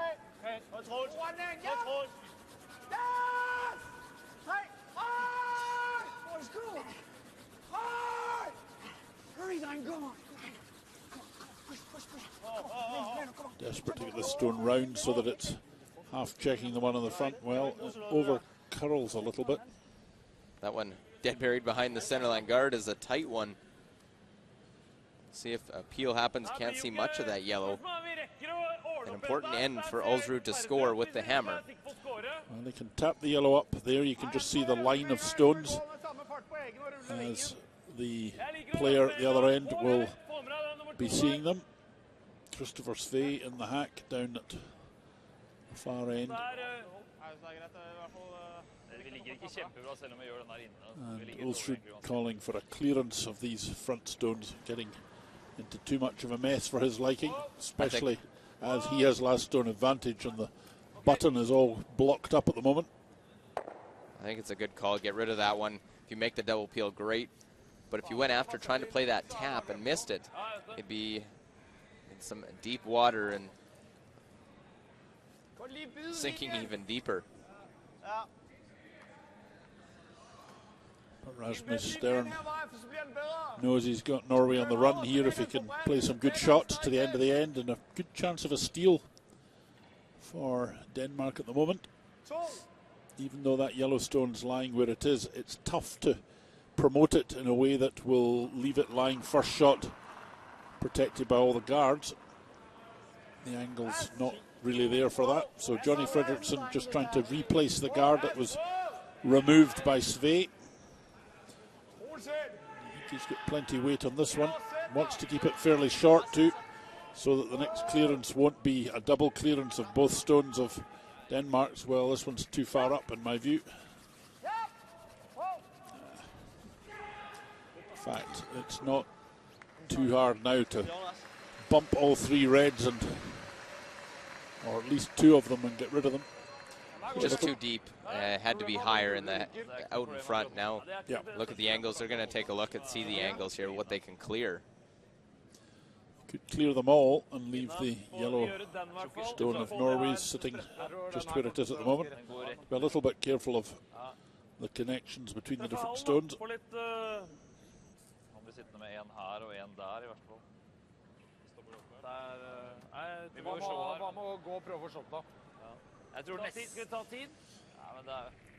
There is the danger of jamming the last of these 3 reds onto the yellow and leaving Denmark lying 2.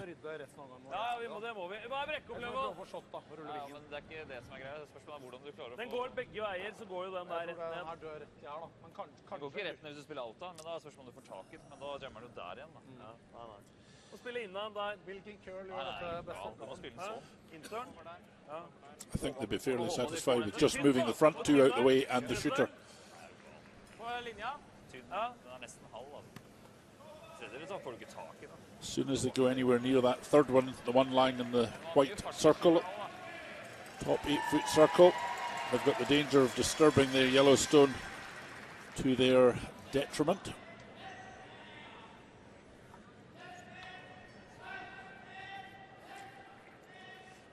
Well, the clearing attempt will be the call. They have to try and get things out of the way. Third man for Norway, Thomas Levold, shooting 86%. Draws a little bit off, but hits are pretty solid. So let's look at the outcome here. Well, get them all moving, and everything in the rings gets moving, leaving a bunch of reds around, including the one top 8-foot, one back 12-foot. Catch it a little bit thinner, I think, in order to get the optimal result and avoid their own. But and as I said, as soon as you hit the third of these reds, it was going to do damage to the Yellowstone, and it's in fact gone. Denmark now lie 2 here. It's opened it all up for Thomas Ulsrud, but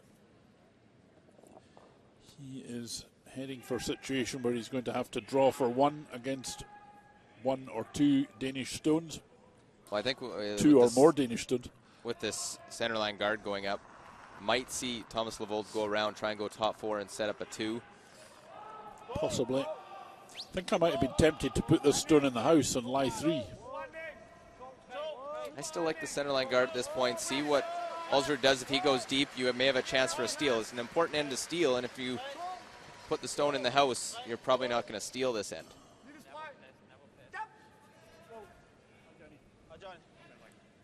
Well, steal is an option, but the other option, of course, is to force Norway into taking just 1. Anyway, good guard from Fredriksson. I'd like to play the peel. In front. He might be going for the run back double here. Certainly looking fairly close to that. Well, get one, get the second, and that'll get everything out in front of the tee line. Leaves the one guard in play. A good shot from Levold.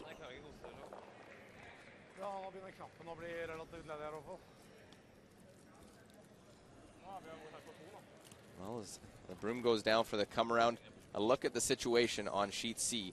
Redstone, Swiss, shotstone, but that yellow rock can be promoted up. That's what David Murdoch was looking to do. The intern try and tap it to the red. Certainly has to get the angle just perfectly to make this shot. It's the last of 7. Drummond and Andrews on it. Try and go yellow, red, and get the 2. Those are the type of shots, and the reason that Murdoch is skipping that team, the 2-time world champion. They try to move to 4-1. Good line call from Tom Brewster there as well to make that shot.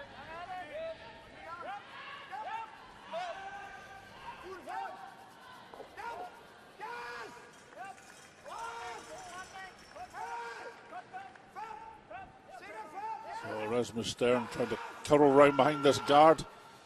Wants to get as far in as he can. Well, a very nice draw shot. Fully into the white 8-foot circle. Ulsrud has to try and play something aggressive, try and get himself a deuce if he can. Right now, play is off the center line. Looking at the wide intern draw. So there are 3 stones remaining here in the 8th end. 2 of them Norway's. And Thomas Ulsrud's going to be trying to get both of them to count. tough call. It's situation very much favours Denmark here.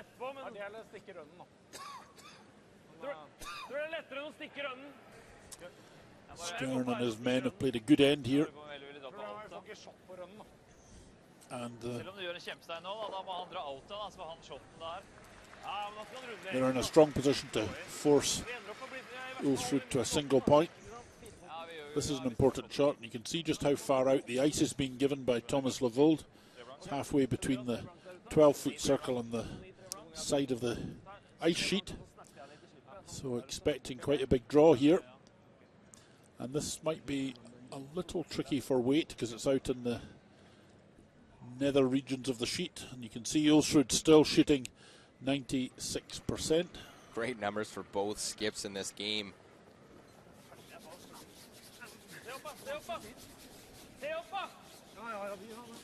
To watch the weight here. Could slow up fairly quickly. Well, it also needs to curl a long way because at the moment he's passing the guard by quite a distance. It's beginning to curl now though. I'll try and get this one in behind. Get it to the forefoot if they can. Hand up from Pedersen, a great shot. Skipper trying to come up with something. Well, that was a very good effort from Thomas Ulsrud. Well, Sve and Pedersen had to pass the first one by a little bit so he could get past the second one. You see Did Sve curl keeping on it. Yeah, it did curl at the end, but another 10 centimetres would have been even better. Now, this is a challenging shot for Rasmus Stern. He's been up to the task all night long when challenged. It's very easy sliding down this path to be on the inside of the shot. In turn, controlled takeout on that stone of Thomas Ulsrud. You have to watch passing these two guards. Once the stone starts to curl, it goes. It's not far away, I don't think. Well, try and have enough push that one out. Get it right out of the rings and makes it look easy. Well, that was a tough shot from Sterne. And he had to watch the back stone as well. They didn't jam it onto that. It would certainly set up. Well, it probably. It might have set up the two, but it would certainly be difficult to remove that counter and stick the one on the top white 8-foot circle. As it is, though, it's a draw to save the end for Thomas Ulsrud and advantage Denmark at this end, at least. They've forced the play to make Ulsrud take the single point in the 8th. Not what he had in mind. So final stone of this 8th end. Ulsrud, full 8-foot, pick up a single point, make it 4-3. And Ulsrud's drawing has been absolutely exceptional. Using the sweepers, of course.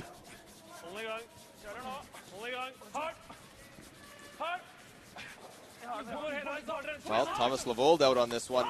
It's a big point. Got to get this to the 8-foot. They stay on it right to the end. They get it just far enough. So they will get their single point. Score in the 8th end. 2 ends remaining. Norway leads by a single point, 4-3.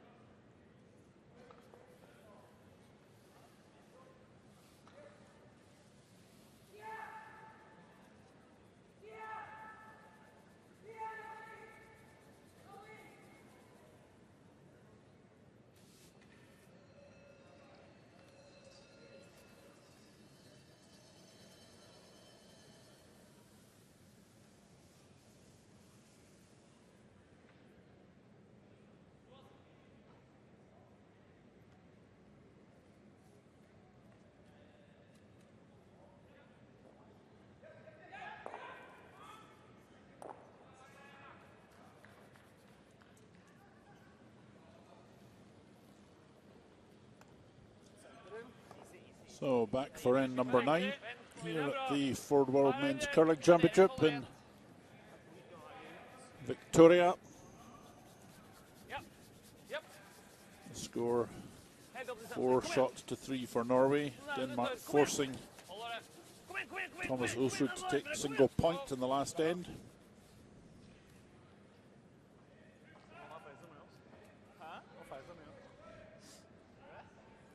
So the game poised to be finishing in dramatic style over these next 2 ends.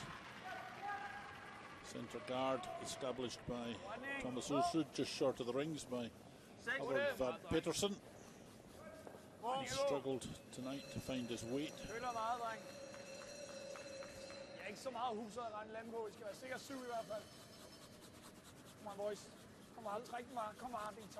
Both teams have played pretty well in this game.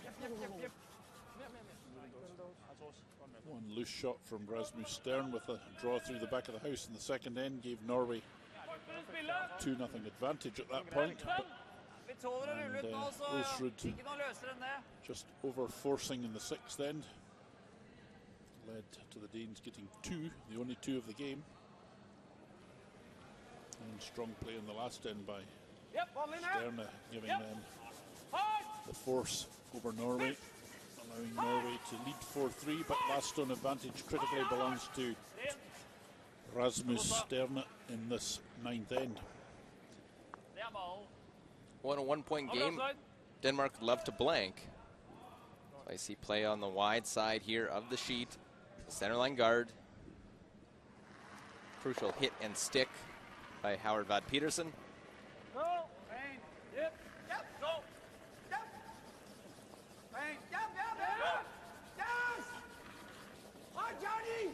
And we saw at European Championships a couple of years ago, once Rasmus Stern gets his confidence going, he can be a really tough competitor to beat. I think if he wins this game, and on paper at least for him, 2 easier games tomorrow, he'll be right in the mix later in the week if it goes that way. On that one, just hanging around back part.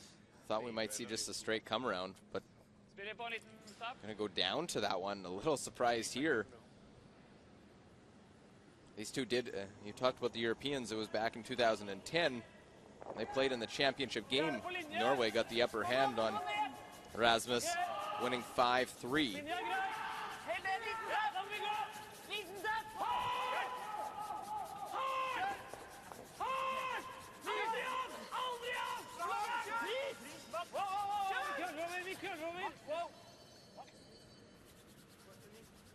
Well, letting this one die because it's over curling. It comes down, sits back, 12 foot.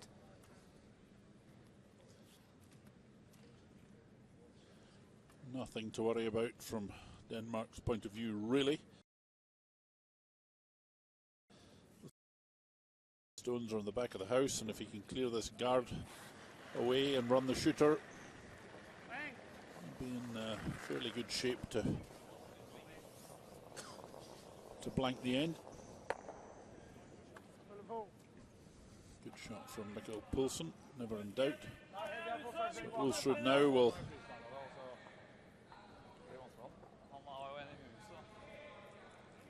just replace that guard, but probably a little bit further up. Just force play into the rings, force a score to happen. Don't want to give your opponent the hammer, as they show that they would like that. Well, Denmark here would definitely like to either score more than 1 point, 2 points or more, or blank the end. And Norway, they don't really mind whether they score 1 or Denmark scores 1, as long as it is 1. Just a single point, and again with the peel. If they score 1, they go 2 up in the last end. If Denmark score 1, they have last stone advantage in the last end. So that's what they're aiming for.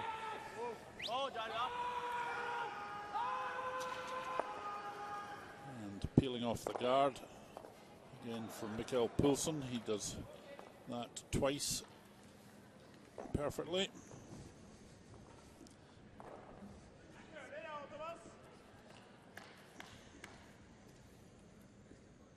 Well, halfway through this 9th end. Look to put that center line guard out in front.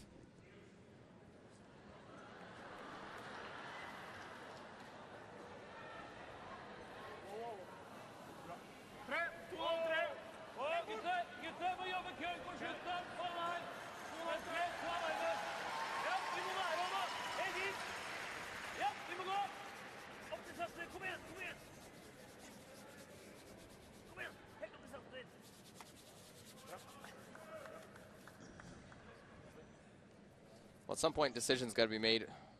It's the way it sits right now. There's 2 stones in the house. Could make a play on it here. Try and get rid of them. Brings play into the house. And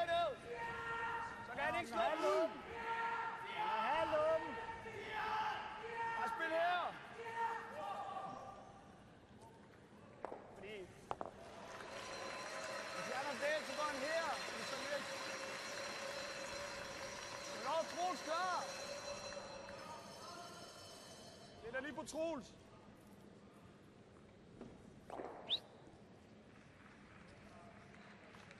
Akfart.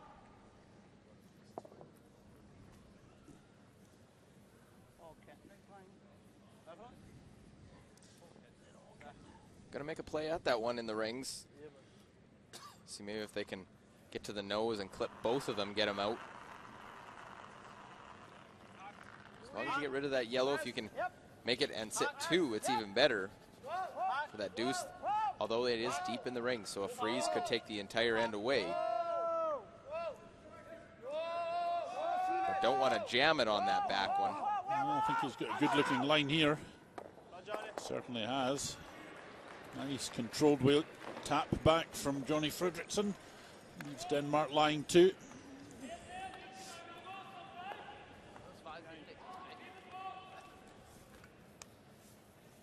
So going to play in behind here is Ulsrud. As we look over on sheet C, Switzerland, Scotland, a deuce by Murdoch in the 7th end, pardon me. Now this, the final stone. Sven Mikkel. A draw for 3 after a missed double by David Murdoch, and just has to hit the paint.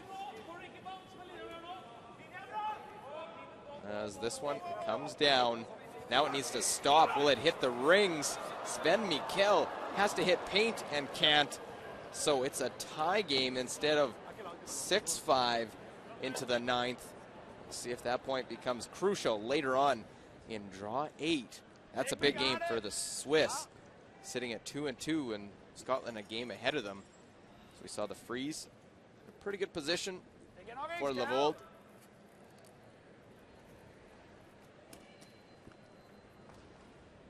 Johnny lander ned som corner, det er ikke katastrofe. Det er okay. Lige ned og pille den. So there's Ms. Stern calling for the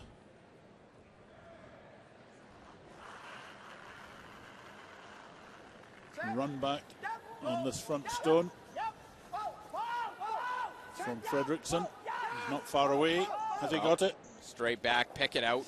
And they'll clear everything other than that red biter back 12 foot. That was a great shot from Johnny Fredriksson. Of course, the guard still remains at the top of the house there. But that was He's brought his A game here in this one. 89%. Picks that one out. Tremendous shot from Fredriksson. Yeah, just to raise the room. Yep, I knew I was making that the entire time. Sunday morning shot. Just a stroll in the park.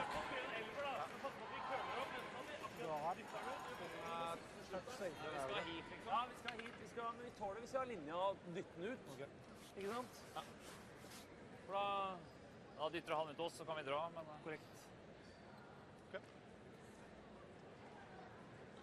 Helt bak dit, 2-9.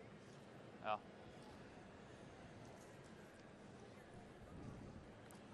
Thomas Ulsrud Skip Stones of this ninth end has a 4-3 lead. And as long as there's a guard out in the front, there's still a chance that Norway can score 2. But it needs to be with this stone now and the next one.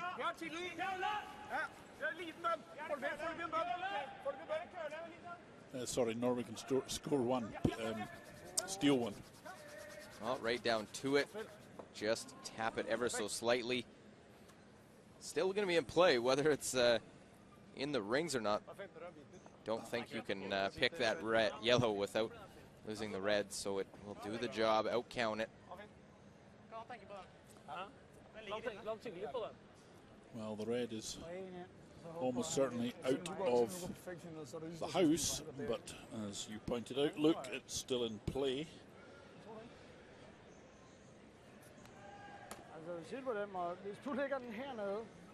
And they have called a timeout. Rasmus Stern has the last stone advantage here. And that little shot of Thomas Ulsrud has got them scratching their heads what to do with this. They know it's still dangerous lying there. They'd just love to get rid of it, but tough decision. We'll see the coach. Not that easy. James is very good at a really serious look.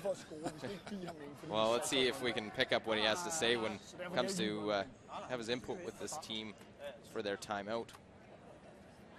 He's never short of an opinion, so it'll be interesting to see what he's got to say.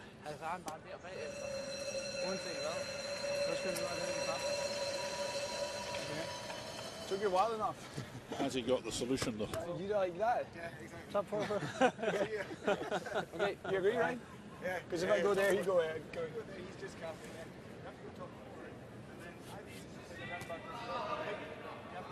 He goes to run back, I'll give that for a flank. I like it there.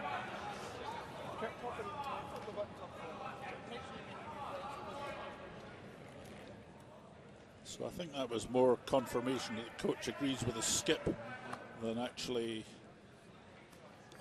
coming to a decision. I think Rasmus had pretty much decided on the shot before James Dryber arrived on the scene. Well, it's good thought process. You saw, heard Rasmus basically had exactly what James wanted them to play, is go top 4 foot, thought it through. They go back to it, they freeze on top, then you're still taking 1. If you go around, go top 4 foot, they play the run back, can blast everything and get the blanks. So if he comes top 4 foot where he wants to, decision time for Ulsrud. Do you go around it, or do you freeze to it, force him to play the draw for 2? Put the pressure on your opponent. Ninth end, 4-3, Norway lead.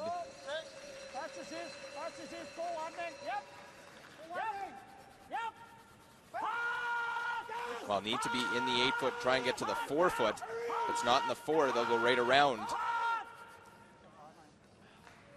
Well, it's certainly good. Good draw, fully covered by the guard. Perhaps just a fraction short of where he would have liked it. Wanted in overall. the 4 foot, so if this is in the 4 foot, I think we see them come down to it. An extra rock deeper, we see the freeze instead of the come around, which will be the call for Ulsrud pretty quickly. They were making the indication. Let's go around it with the intern. It's a tight, fairly tight guard, so I don't know if you get protected by that redstone in the house, if there's the tap back. So it's an attempt at a steal for Thomas Ulsrud. And if he doesn't get this tucked round really tightly, it's a chance for 2 for Denmark.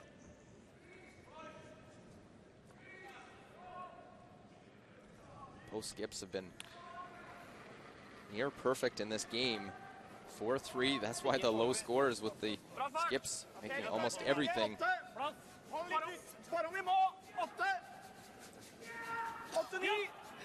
Needs to get to the, can go back button if needed.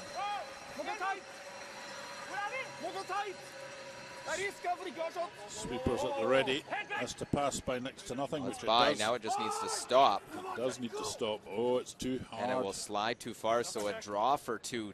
Just a little deep. If that one stops half a rock shorter, it's great. But now, draw for 2. And that 2 that he was wanting, that or the blank. Give Rasmus a chance to take the lead to the 10th. 2 or blank for Denmark, 1 for or 1 against for Norway. That was the aim in all of this, wasn't it? We see the coach's bench with a little chuckle there, but can't be all that pleased that the stone sliding a little bit deep. The main man there was Ole Ingvaldsson, and he's certainly not got a little chuckle. Paul Truelson always had a lot of smiles and jokes out on the ice. It'll be Rasmus to see if he's able to hit the 4-foot with smiles and a lead. The stone has plenty of weight on it. It needs to slow down, I think. Well, we'll see if it hits that slide path. He's okay.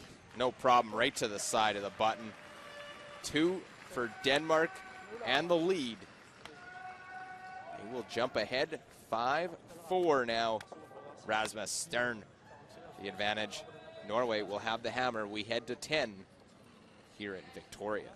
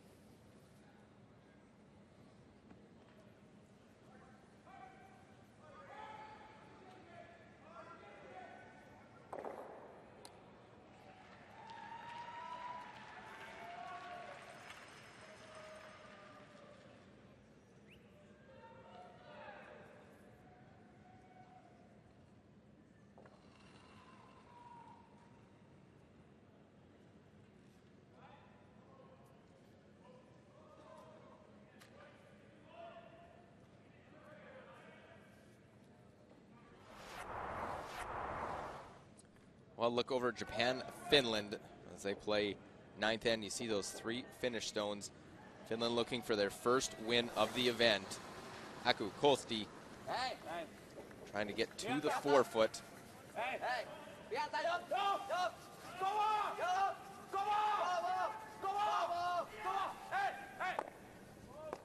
Well, able to play the hit, able to just roll in there, and gets in, gets the single point. And it is a 6-4 lead coming to 10. Finland will try and hold on to their first victory if they can hold Japan down in the 10th end over on sheet D.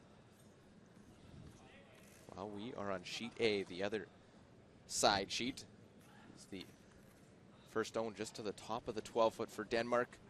Corner guard will go up as Howard Vad Peterson has struggled in this one. You see the score. Deuce. 2 deuces by Denmark in the second half of the game. Allowed them to take the lead. Howard able to get the corner guard into that common position throughout, right on the windshield of the car.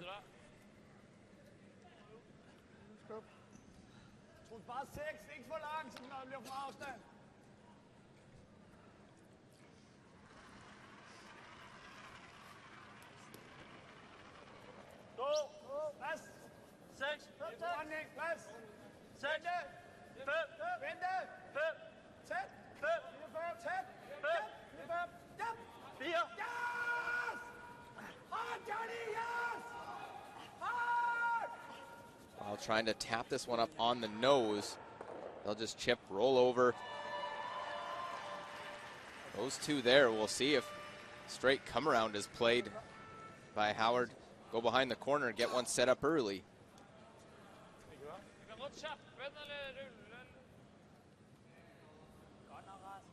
Prøv den, da! Er begge inne? Ja! Nei, vi kan ikke crosse feie. Altså, alternativet nå er kroppe skjerm. Vik vant!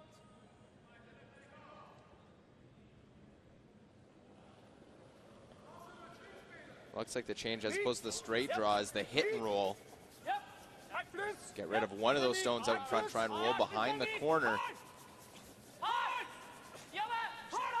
It's a key shot to the end, try and get play to the corner. Make the hit. Now, how far will they go?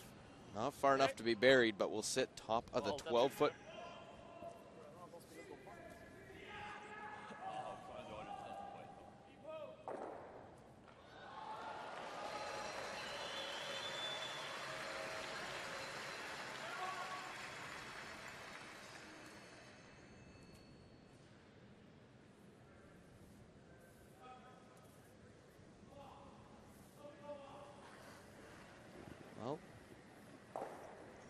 Unfazed, Rasmus Stern has hit and roll, been able to just keep going shot for shot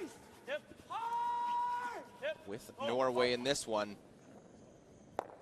Make the nose hit, sit out in front, block off play behind that corner. Those two stones, top part just out in front. Hit and roll behind, you can try and draw the, use the corner guard.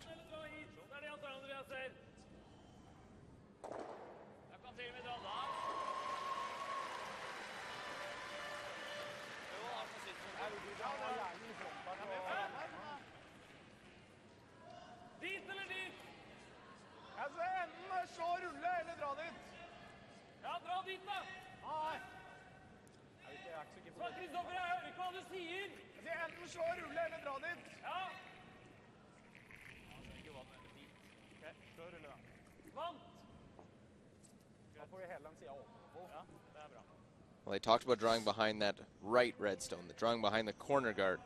Talked about the hit and roll, and with ice here, it looks like the hit and roll is the call. Christopher Sve. Well, it does look like that at controlled weight. Just going to catch the inside of this and roll off to the wing behind the guard. Well, roll behind the one red or all the way over. Roll behind the corner guard and may actually come out the other side a little bit. Pretty good shot, though, in the circumstances. Don't think the Poulsen will see that much. Well, he probably does see about half of that from the other end. Challenging, though, out when you get out to the 12-foot circle. And when it hasn't been played that much all night long, a little bit frostier. Mikkel Poulsen try and get past the front.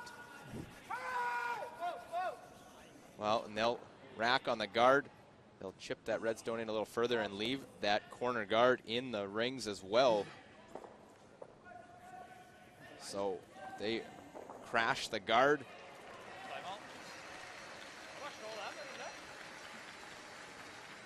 Hit, remove that one. You could draw around it.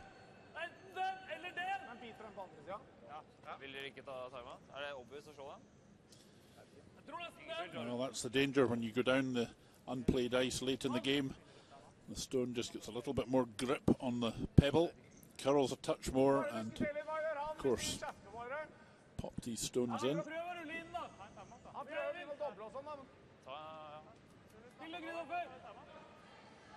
Norway lying quite nicely on each side of the house. You can remove this. They're set for their two shots here if they can play the end out. Well, keeping it simple, playing the hit as we'll look over ninth end, 5-5. Switzerland, Scotland. back and forth. This has been a messy ninth end. And David Murdoch going for the double takeout for 3. Absolutely vital to get this direction perfectly. Well, got to catch the top one thin. Get one, make the second. He will make it.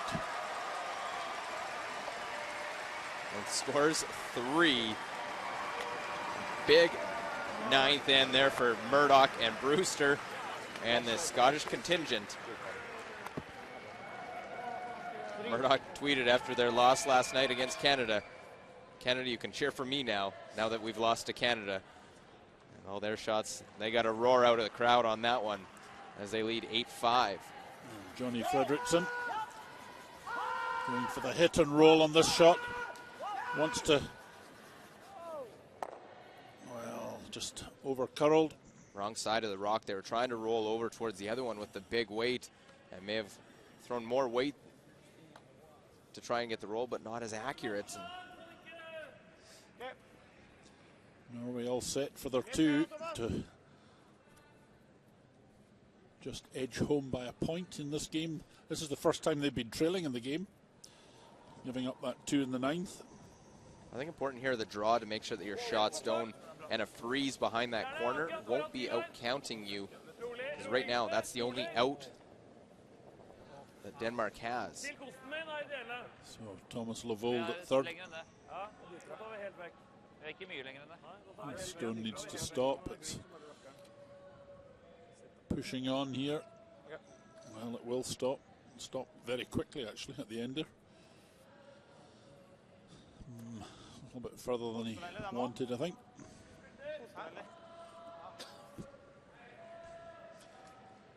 So Rasmus knows he's in a bit of bother here. And that shot of Poulsen's, actually it was the hit and roll by Christopher Sve that set up the end for 2 for Norway. Poulsen just caught the guards, and from that point on, Norway have laid 2 shots across the house. Trying to get something, hit and make the hit, make the roll. That one rolls over, sits back 8 foot, but still open. Ulsrud hitting sticks, important now. Last of third stones.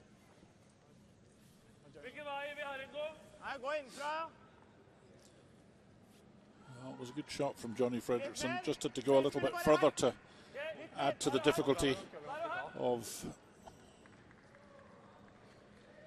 Thomas Ulsrud for Levold. Levold here, in turn takeout. He must stay in the rings with this one.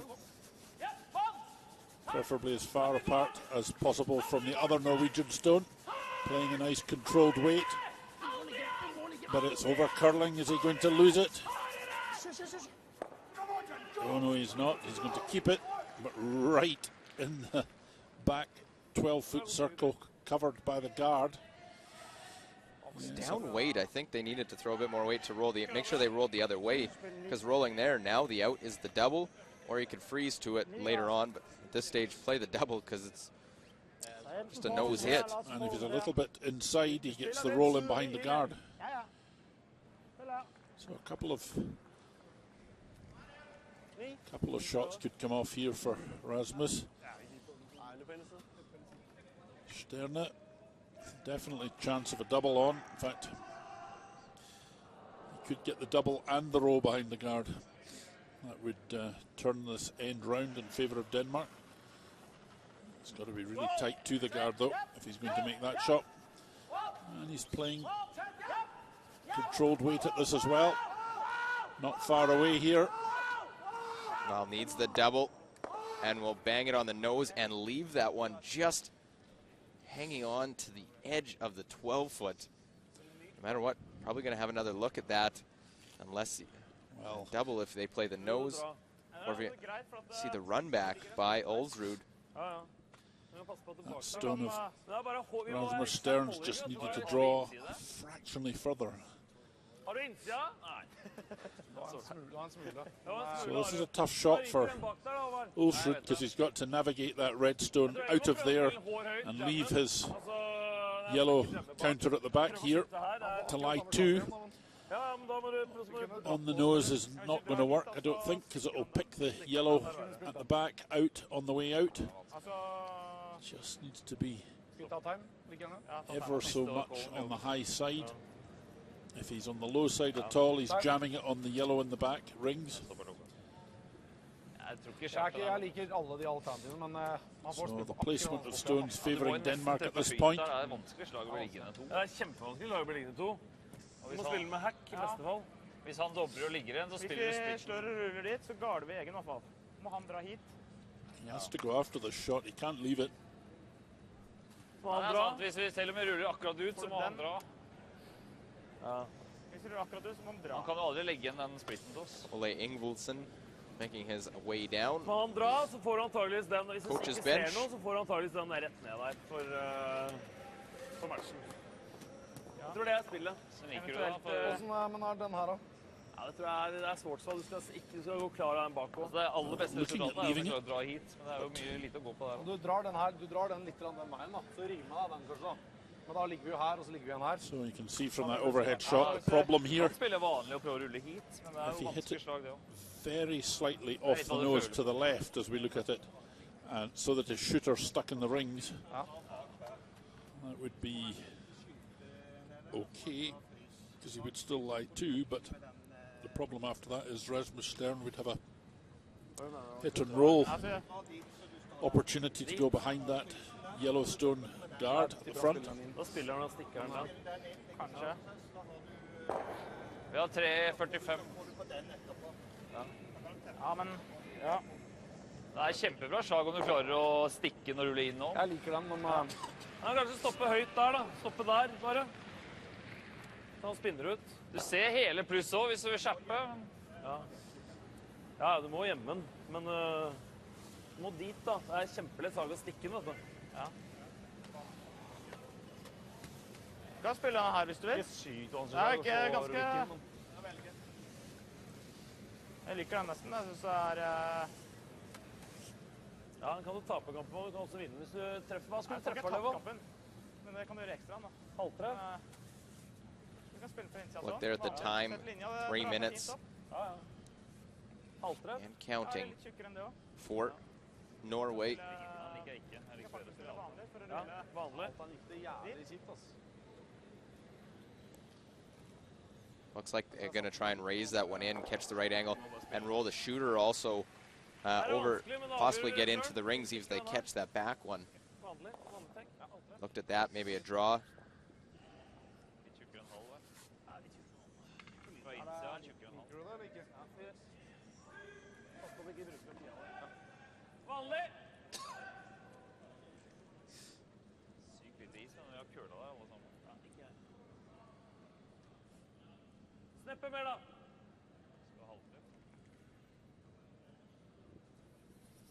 So Thomas Ulsrud, first stone in this 10th end. Going for the raise on this yellow stone. 96% on his hits. Got to keep the right angle. Well, avoid the jam. Oh, Overswept 100% it. wrong. They overswept that, needed to curl up a hair more. Everything went wrong. The shooter ran out. The Jeg køler halvparten av dere. Nå må jeg lære meg det snart, altså. Well, they were on it early, got off. Just crosses the face of it and goes straight back onto theirs. and the shooter runs out. So, oh, horrible.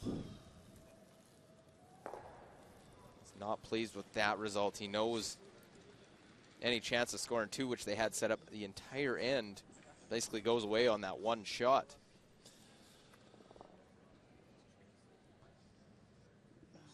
Well, with just one stone left, tough to score two with one stone. Well, it's looking awfully like the extra end here. 88% Rasmus, 88% and one complete miss, that being the second end of steal, a draw right through. It doesn't matter terribly much where the stone finishes for Rasmus Stern, because Ulsrud will be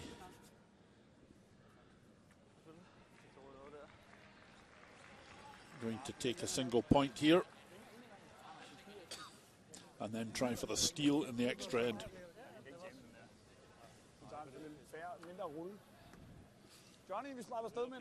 Well, I did predict at the beginning that this would be a titanic battle, and it has been.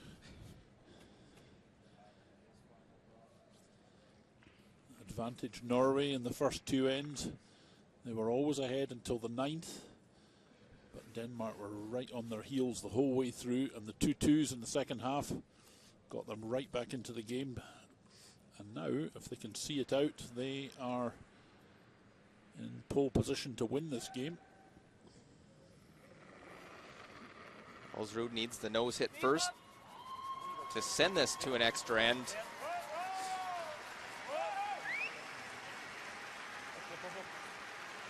Has to hit and stick. Sweepers are putting the brooms down. So guided expertly by Sve and Van Peterson. 5-5 it is, and we will go into an extra end here on sheet A. Denmark v Norway, and critically the last stone advantage will be Denmark's in that extra end.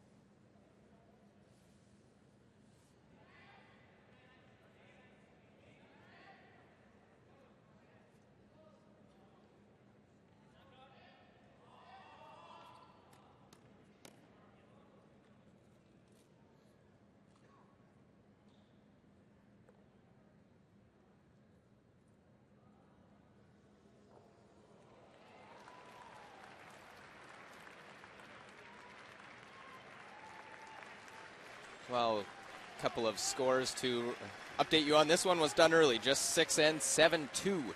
Canada stays unbeaten, knocks off the U.S., and Scotland stays one game back with an 8-6 win over Switzerland. So Switzerland 2 losses today.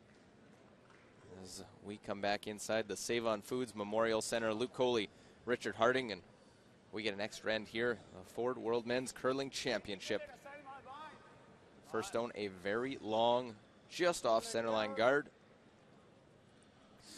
And the odds very much in favour of Rasmus Stern and his Danish team to win this game. All the way through, Norway have never been able to...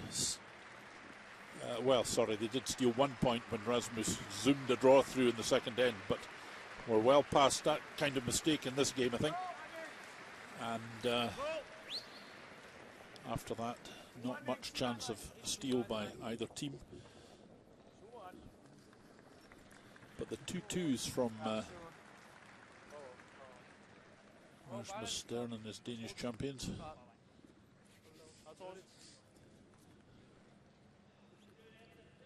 So they draw to the open side. They know that one's off the center line. Don't tick it, as the other final now just one game out on the ice. Finland gets their first win.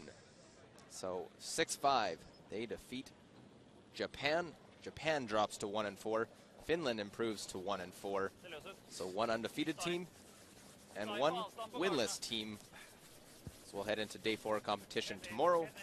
Russia 0-5, Canada at 5-0.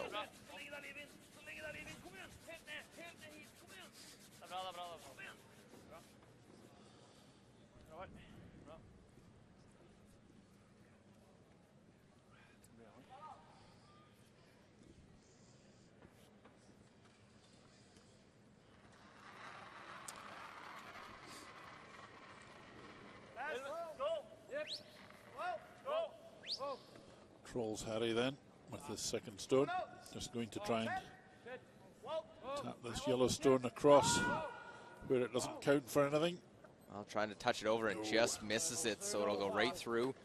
Those shots, all or nothing, because if you push it to the boards, your shooter gets pulled and the stone gets put back in play. Everything fair game now after this one. Slides by the guard, right through the rings and out of play. Norway opportunity to get one buried. Christopher Sve then.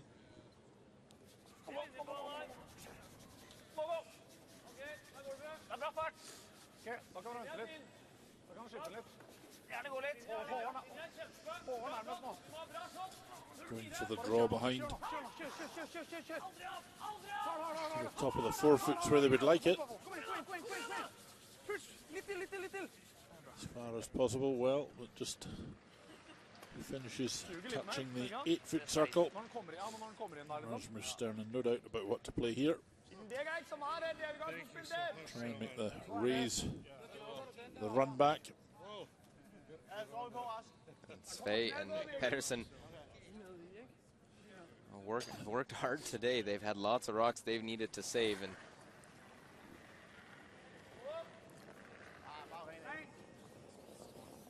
trying to peel the one guard. It'll disappear. Shot stone, that one top of the 8-foot. Again, this is a big game. A win by Denmark, and they have an even record with Norway.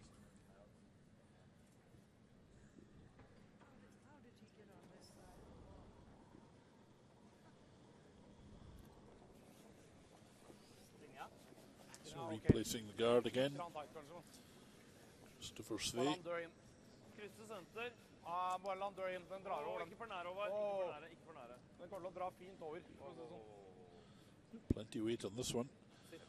Don't want it too close to the house. Well, not bad.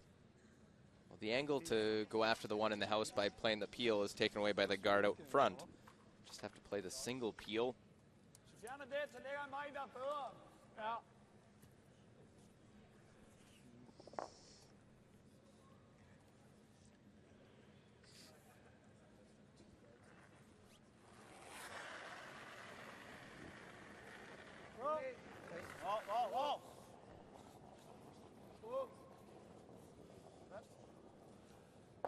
Well, we'll just touch the one over and miss their own.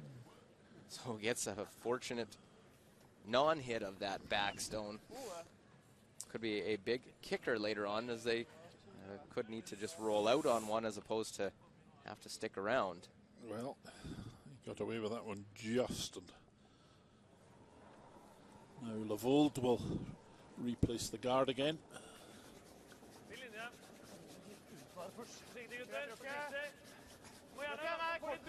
A little bit of a dilemma for both teams. Rasmus Stern knows this stone in the front of the house is a potential problem for him.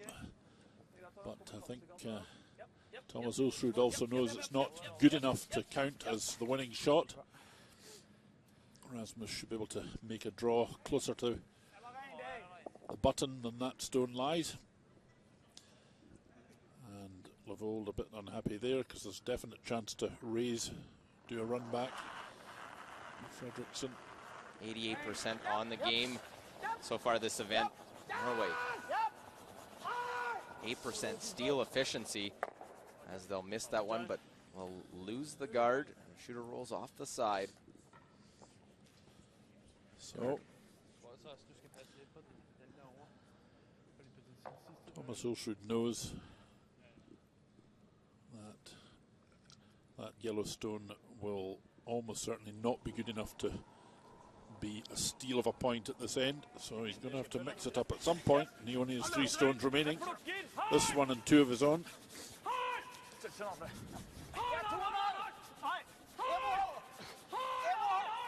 Well, it's almost like this one might have caught something right away because they're on it, try and roll it over.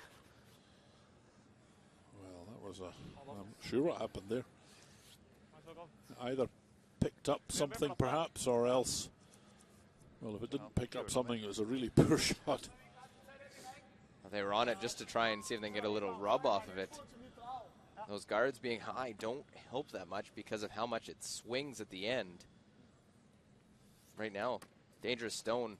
That one right on top of the 12-foot. So Rasmus Stern. Pio, løb bare ned langsomt. Nej, bare Tænker bare. Det tror jeg er lidt nemmere, Johnny. Ja. 11.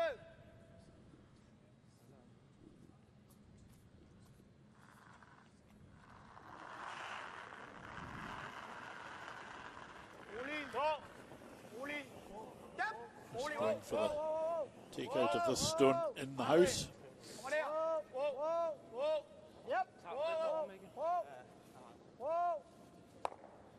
Well, not worried all that much about sticking around. They want to just roll off to the side. So it chips it out. And actually, Jeg tror det kommer til å stupe inn her på slutten nå, så vi får den helt inn I I wonder whether that was bluff and counter bluff from Thomas Ulsrud there. He knew that stone wasn't good enough, and by showing them a piece of it, it's now gone, and it opens the way for him to make a better draw in behind. He can lie right in the red now, and he couldn't before because that stone was blocking it. Jeg synes det helt ned på tidligere med den høye garden, og enten bare drar den etter, eller så han kan få I til think å that's too much subterfuge on my part. I don't think it is at all. Det fra I think he'd still rather have that stone there. Could have played the intern to get to the 4-foot. Alle Well, dager å he seile over can lie linja. pretty nicely with this shot. Hvor skal vi? Er det ikke her det beste? Men du må gjemme minus litt, altså. Hvis ikke så får han plukka deg ut. Ja. Minus litt. Så da blir han nesten tvunget til å Ja, dra. bedre enn den der. Har det så mye å si? Nei, det har ikke så mye å si, egentlig. Enten så må vi dra shot, eller så må vi dra en slags guard. Ja, men topp 12 er jo en guard, så. The guard that Levold put on there just over the hog line Så is viser han halve til slutt, så får han sondere på det. it's certainly covering the red 4-foot circle nicely. If you can lie right just in front of the tee line on the red, then it's a really good shot from Norway. So we're down to skip stones here. 4 shots remaining. Rasmus Stern has the last stone. So the first stone now of Thomas Ulsrud.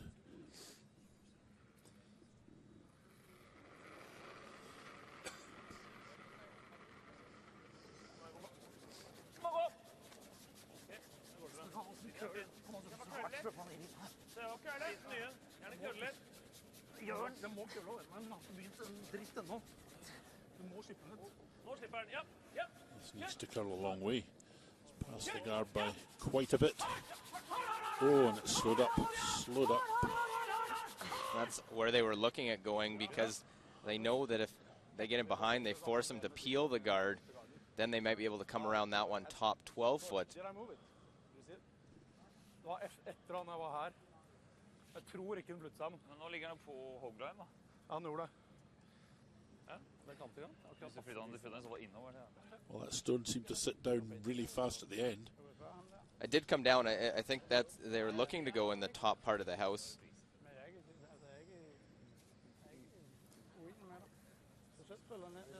And sort of see what Rasmus will do. Will he go and peel? Will he draw around? So if he does go and peel the top, then he'll be able to go around. Still den der stealth ned efter den. Hvis vi fjerner garden. Ja, men til du prøver det sammen. Again, they do get the extra timeout in the extra end. Jeg siger bare en ting. Hvis du rammer den der og sætter den her, så har han draget her.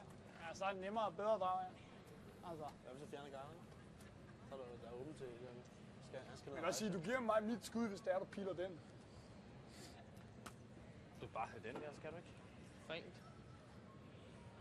Altså det eneste, jeg er bare ude i, det er, at vi skal ikke Again, have James will nogen. come down, make that long walk to the Jeg vil hellere away spille end. et eller andet, hvor vi er mere sikre, end at spille et eller andet, hvor der tilfældighed, han kan få et eller andet ud af. Det var det, jeg Den kan tænkte. løbe den.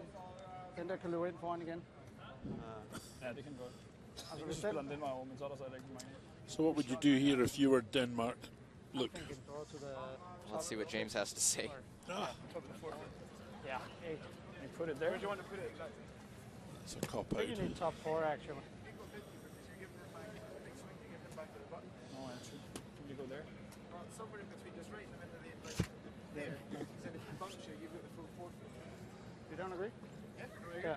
Because if you take that If you and take roll that- here and you can go past that one. Exactly. You get If that. you jam that on. Yeah, exactly. There's too many. If Okay. you have to just rub that, he bumps in or goes around that one. Make it easier for him. Yeah, Put it exactly. Yeah, I think so. Just top 4. If he bumps off it, You need to be there. You need to be there. Exactly.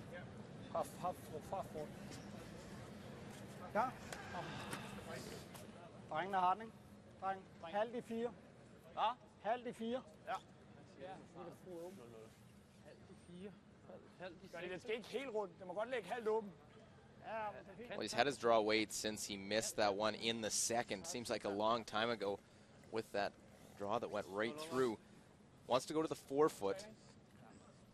I was saying there's 2 options where either try and go peel the front or come around and make a play here. They want to go top 4 foot.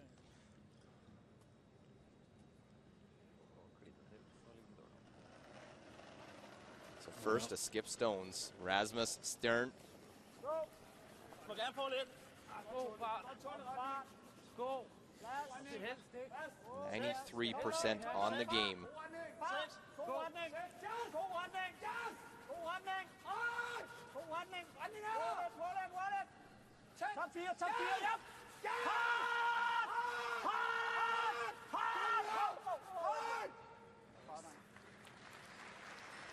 Well, they go top 4 foot. Did they get enough? Can Ulsrud get to the inside and make a little hit and flop? He is going to leave part of the rings open because of where he went. Now, even if the tap and roll is made, he's going to have the 4 foot to draw to. Det som er problemet der, er at nå, ikke sant, er jo det at han har jo savier. Vi får jo ikke helhjenten der. Ser en halve, ikke sant? Det kan vi jo få til. pil er ikke helt... Du får gjemt med rull. Jo, du får ikke gjemt deg med rull, for du ser, du ser så mye innsats. Ja, men ser en halve, og bare så kan du pille ut da, ikke sant? Ja, hva skal du gjøre? Skal du kaste det i veggen? River han fortsatt med seg noen av de. Vi er nødt til å... i hvert fall nedover mot dette, da. Ja. I minste. Nei, men han har jo akkurat dratt dit. Ok. Ja, men vi prøver å kjappe eller få en liten wiki. Du kan rulle helhjent, men perfekt. Altså, smyger du, så ruller du hit. Vi har ikke noe annet slag. Hva tror du Ja, det andre om isen? måtte være dra hit, da. Men det er jo ikke kanskje så jævlig lettere da. Hva tror du om isen? Innan dragninga, da er det jo bare den. Mindre? Ja, jeg tror ikke jeg køler mye. Well, the long walk. Jeg griper litt mer nå. Ja, hack der. Don't think they're going to need him to come down. Ole was just making his way. He'll head back up. Ja, kanskje ta mer is og roe farten. Skal spille en rolig hack. Ja. So last stone of the game for Thomas Ulsrud, because one thing's for sure, we're not having another extra in. Ja, faen, Håvard, se der, da. Skal du rulle inn der? Ja, hva skal du gjøre? Don't speak too soon. Stone remaining for Rasmus Stern after this. There's one way, but it'll be a very tough way to be an extra end.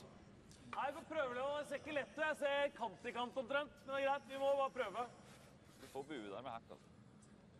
So I think it's very difficult to catch a little bit of the inside of that. That's what they're after, though, I think. I've got to try and make the little tap and roll. It's only going to be in the 8 foot. It means the 4 foot this is made will be available for Denmark. Ulsrud, his last. Ny hack. Hack. En. Nei, Hack, fortsatt hack. rulle andre veien, Løvold. Foran de. So this one has to pass the guard by almost nothing if it's going to succeed. Den er veldig løs. Well, here I think change of plan a little bit, maybe roll away a bit so he doesn't have the hit. See if he draws. Well, He won't. No, controlled takeout on that stone, and Denmark will get 2 to win this game. So very good recovery from the Danes after going 2-0 down in the second end. Shot stone. Second shot is that one on the side that I talked about earlier in the end. Could just peel this one out. Doesn't have to stick around. Needs a complete miss for Norway to steal the point.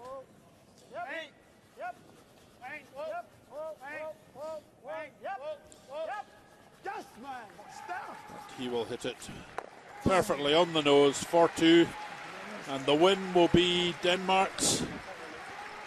Rasmus Stern and his team from Vidovre in Copenhagen will win this game 7-5 over Thomas Ulsrud from Norway.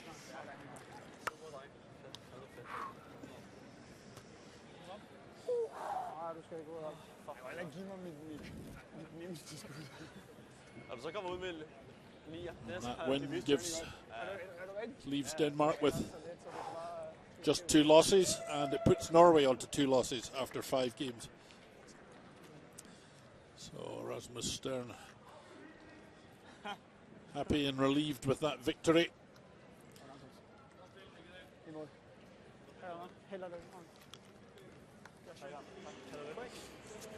And well on his way now with games against Finland and Japan tomorrow. Must be pretty confident to win both of those.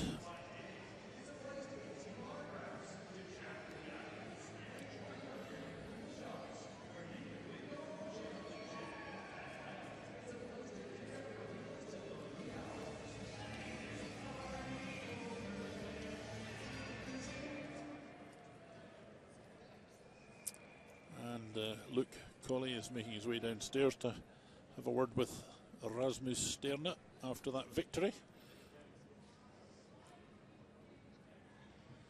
We'll bring that to you in a moment.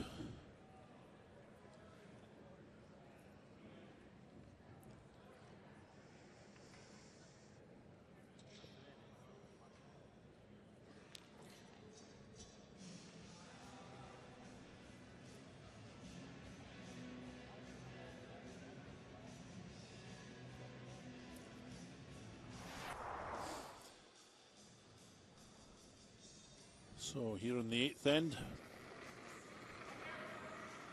the force of a draw shot by Thomas Ulsrud against 2, and they will sweep it with nothing much to spare for the single point. Ulsrud goes ahead 4 shots to 3, but doesn't have last stone anymore. And here Rasmus Stern drawing for 2, and for the first time in the game goes into the lead by 5 shots to 4. And now all tied up in the extra end. Rasmus Stern has this hit. He can run if he wants, but it must make a connection. The hit for 2, as it turns out. And a 7-5 victory for Denmark over Norway.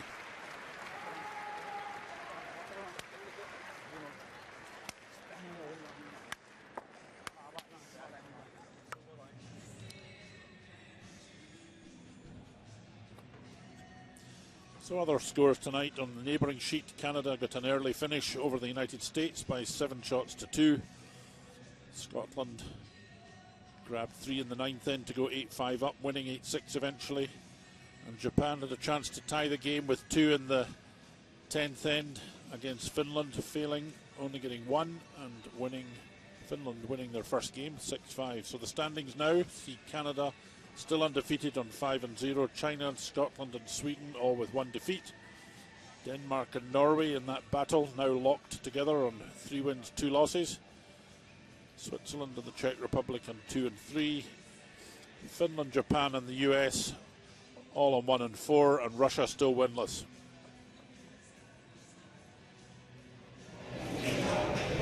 Rasmus, it took you a while to get things going after struggling. You missed that shot in 2. How did you bounce back and score those 2 deuces in the last half of the game? We could feel like we had a chance. We did generate a few good ends, even though it didn't come to a score. Thomas may have played a perfect double to force us, and I thought we just stuck in there and gave ourselves a chance to score a deuce. Looking into that 10th end, what were you thinking Thomas's first shot where he was trying that angle raise? At first, I hated every bit of it because it could be really good for him if he made the perfect. The way it panned out, it was just like big relief because I knew we at least were secured the extra. I don't know. I probably would have gone for the same shot. Well, and now looking ahead, you guys got on a bit of a roll, a big win bringing Norway back to you.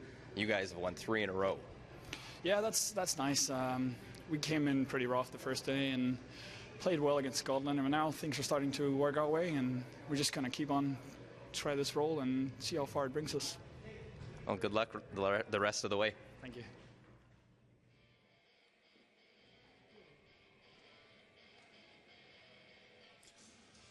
So, at the end of Monday's play, it's me, Richard Harding, and Luke Coley saying goodbye to you from Victoria and the Ford World Men's Curling Championship 2013. Please join us again tomorrow for more curling action starting in the morning here.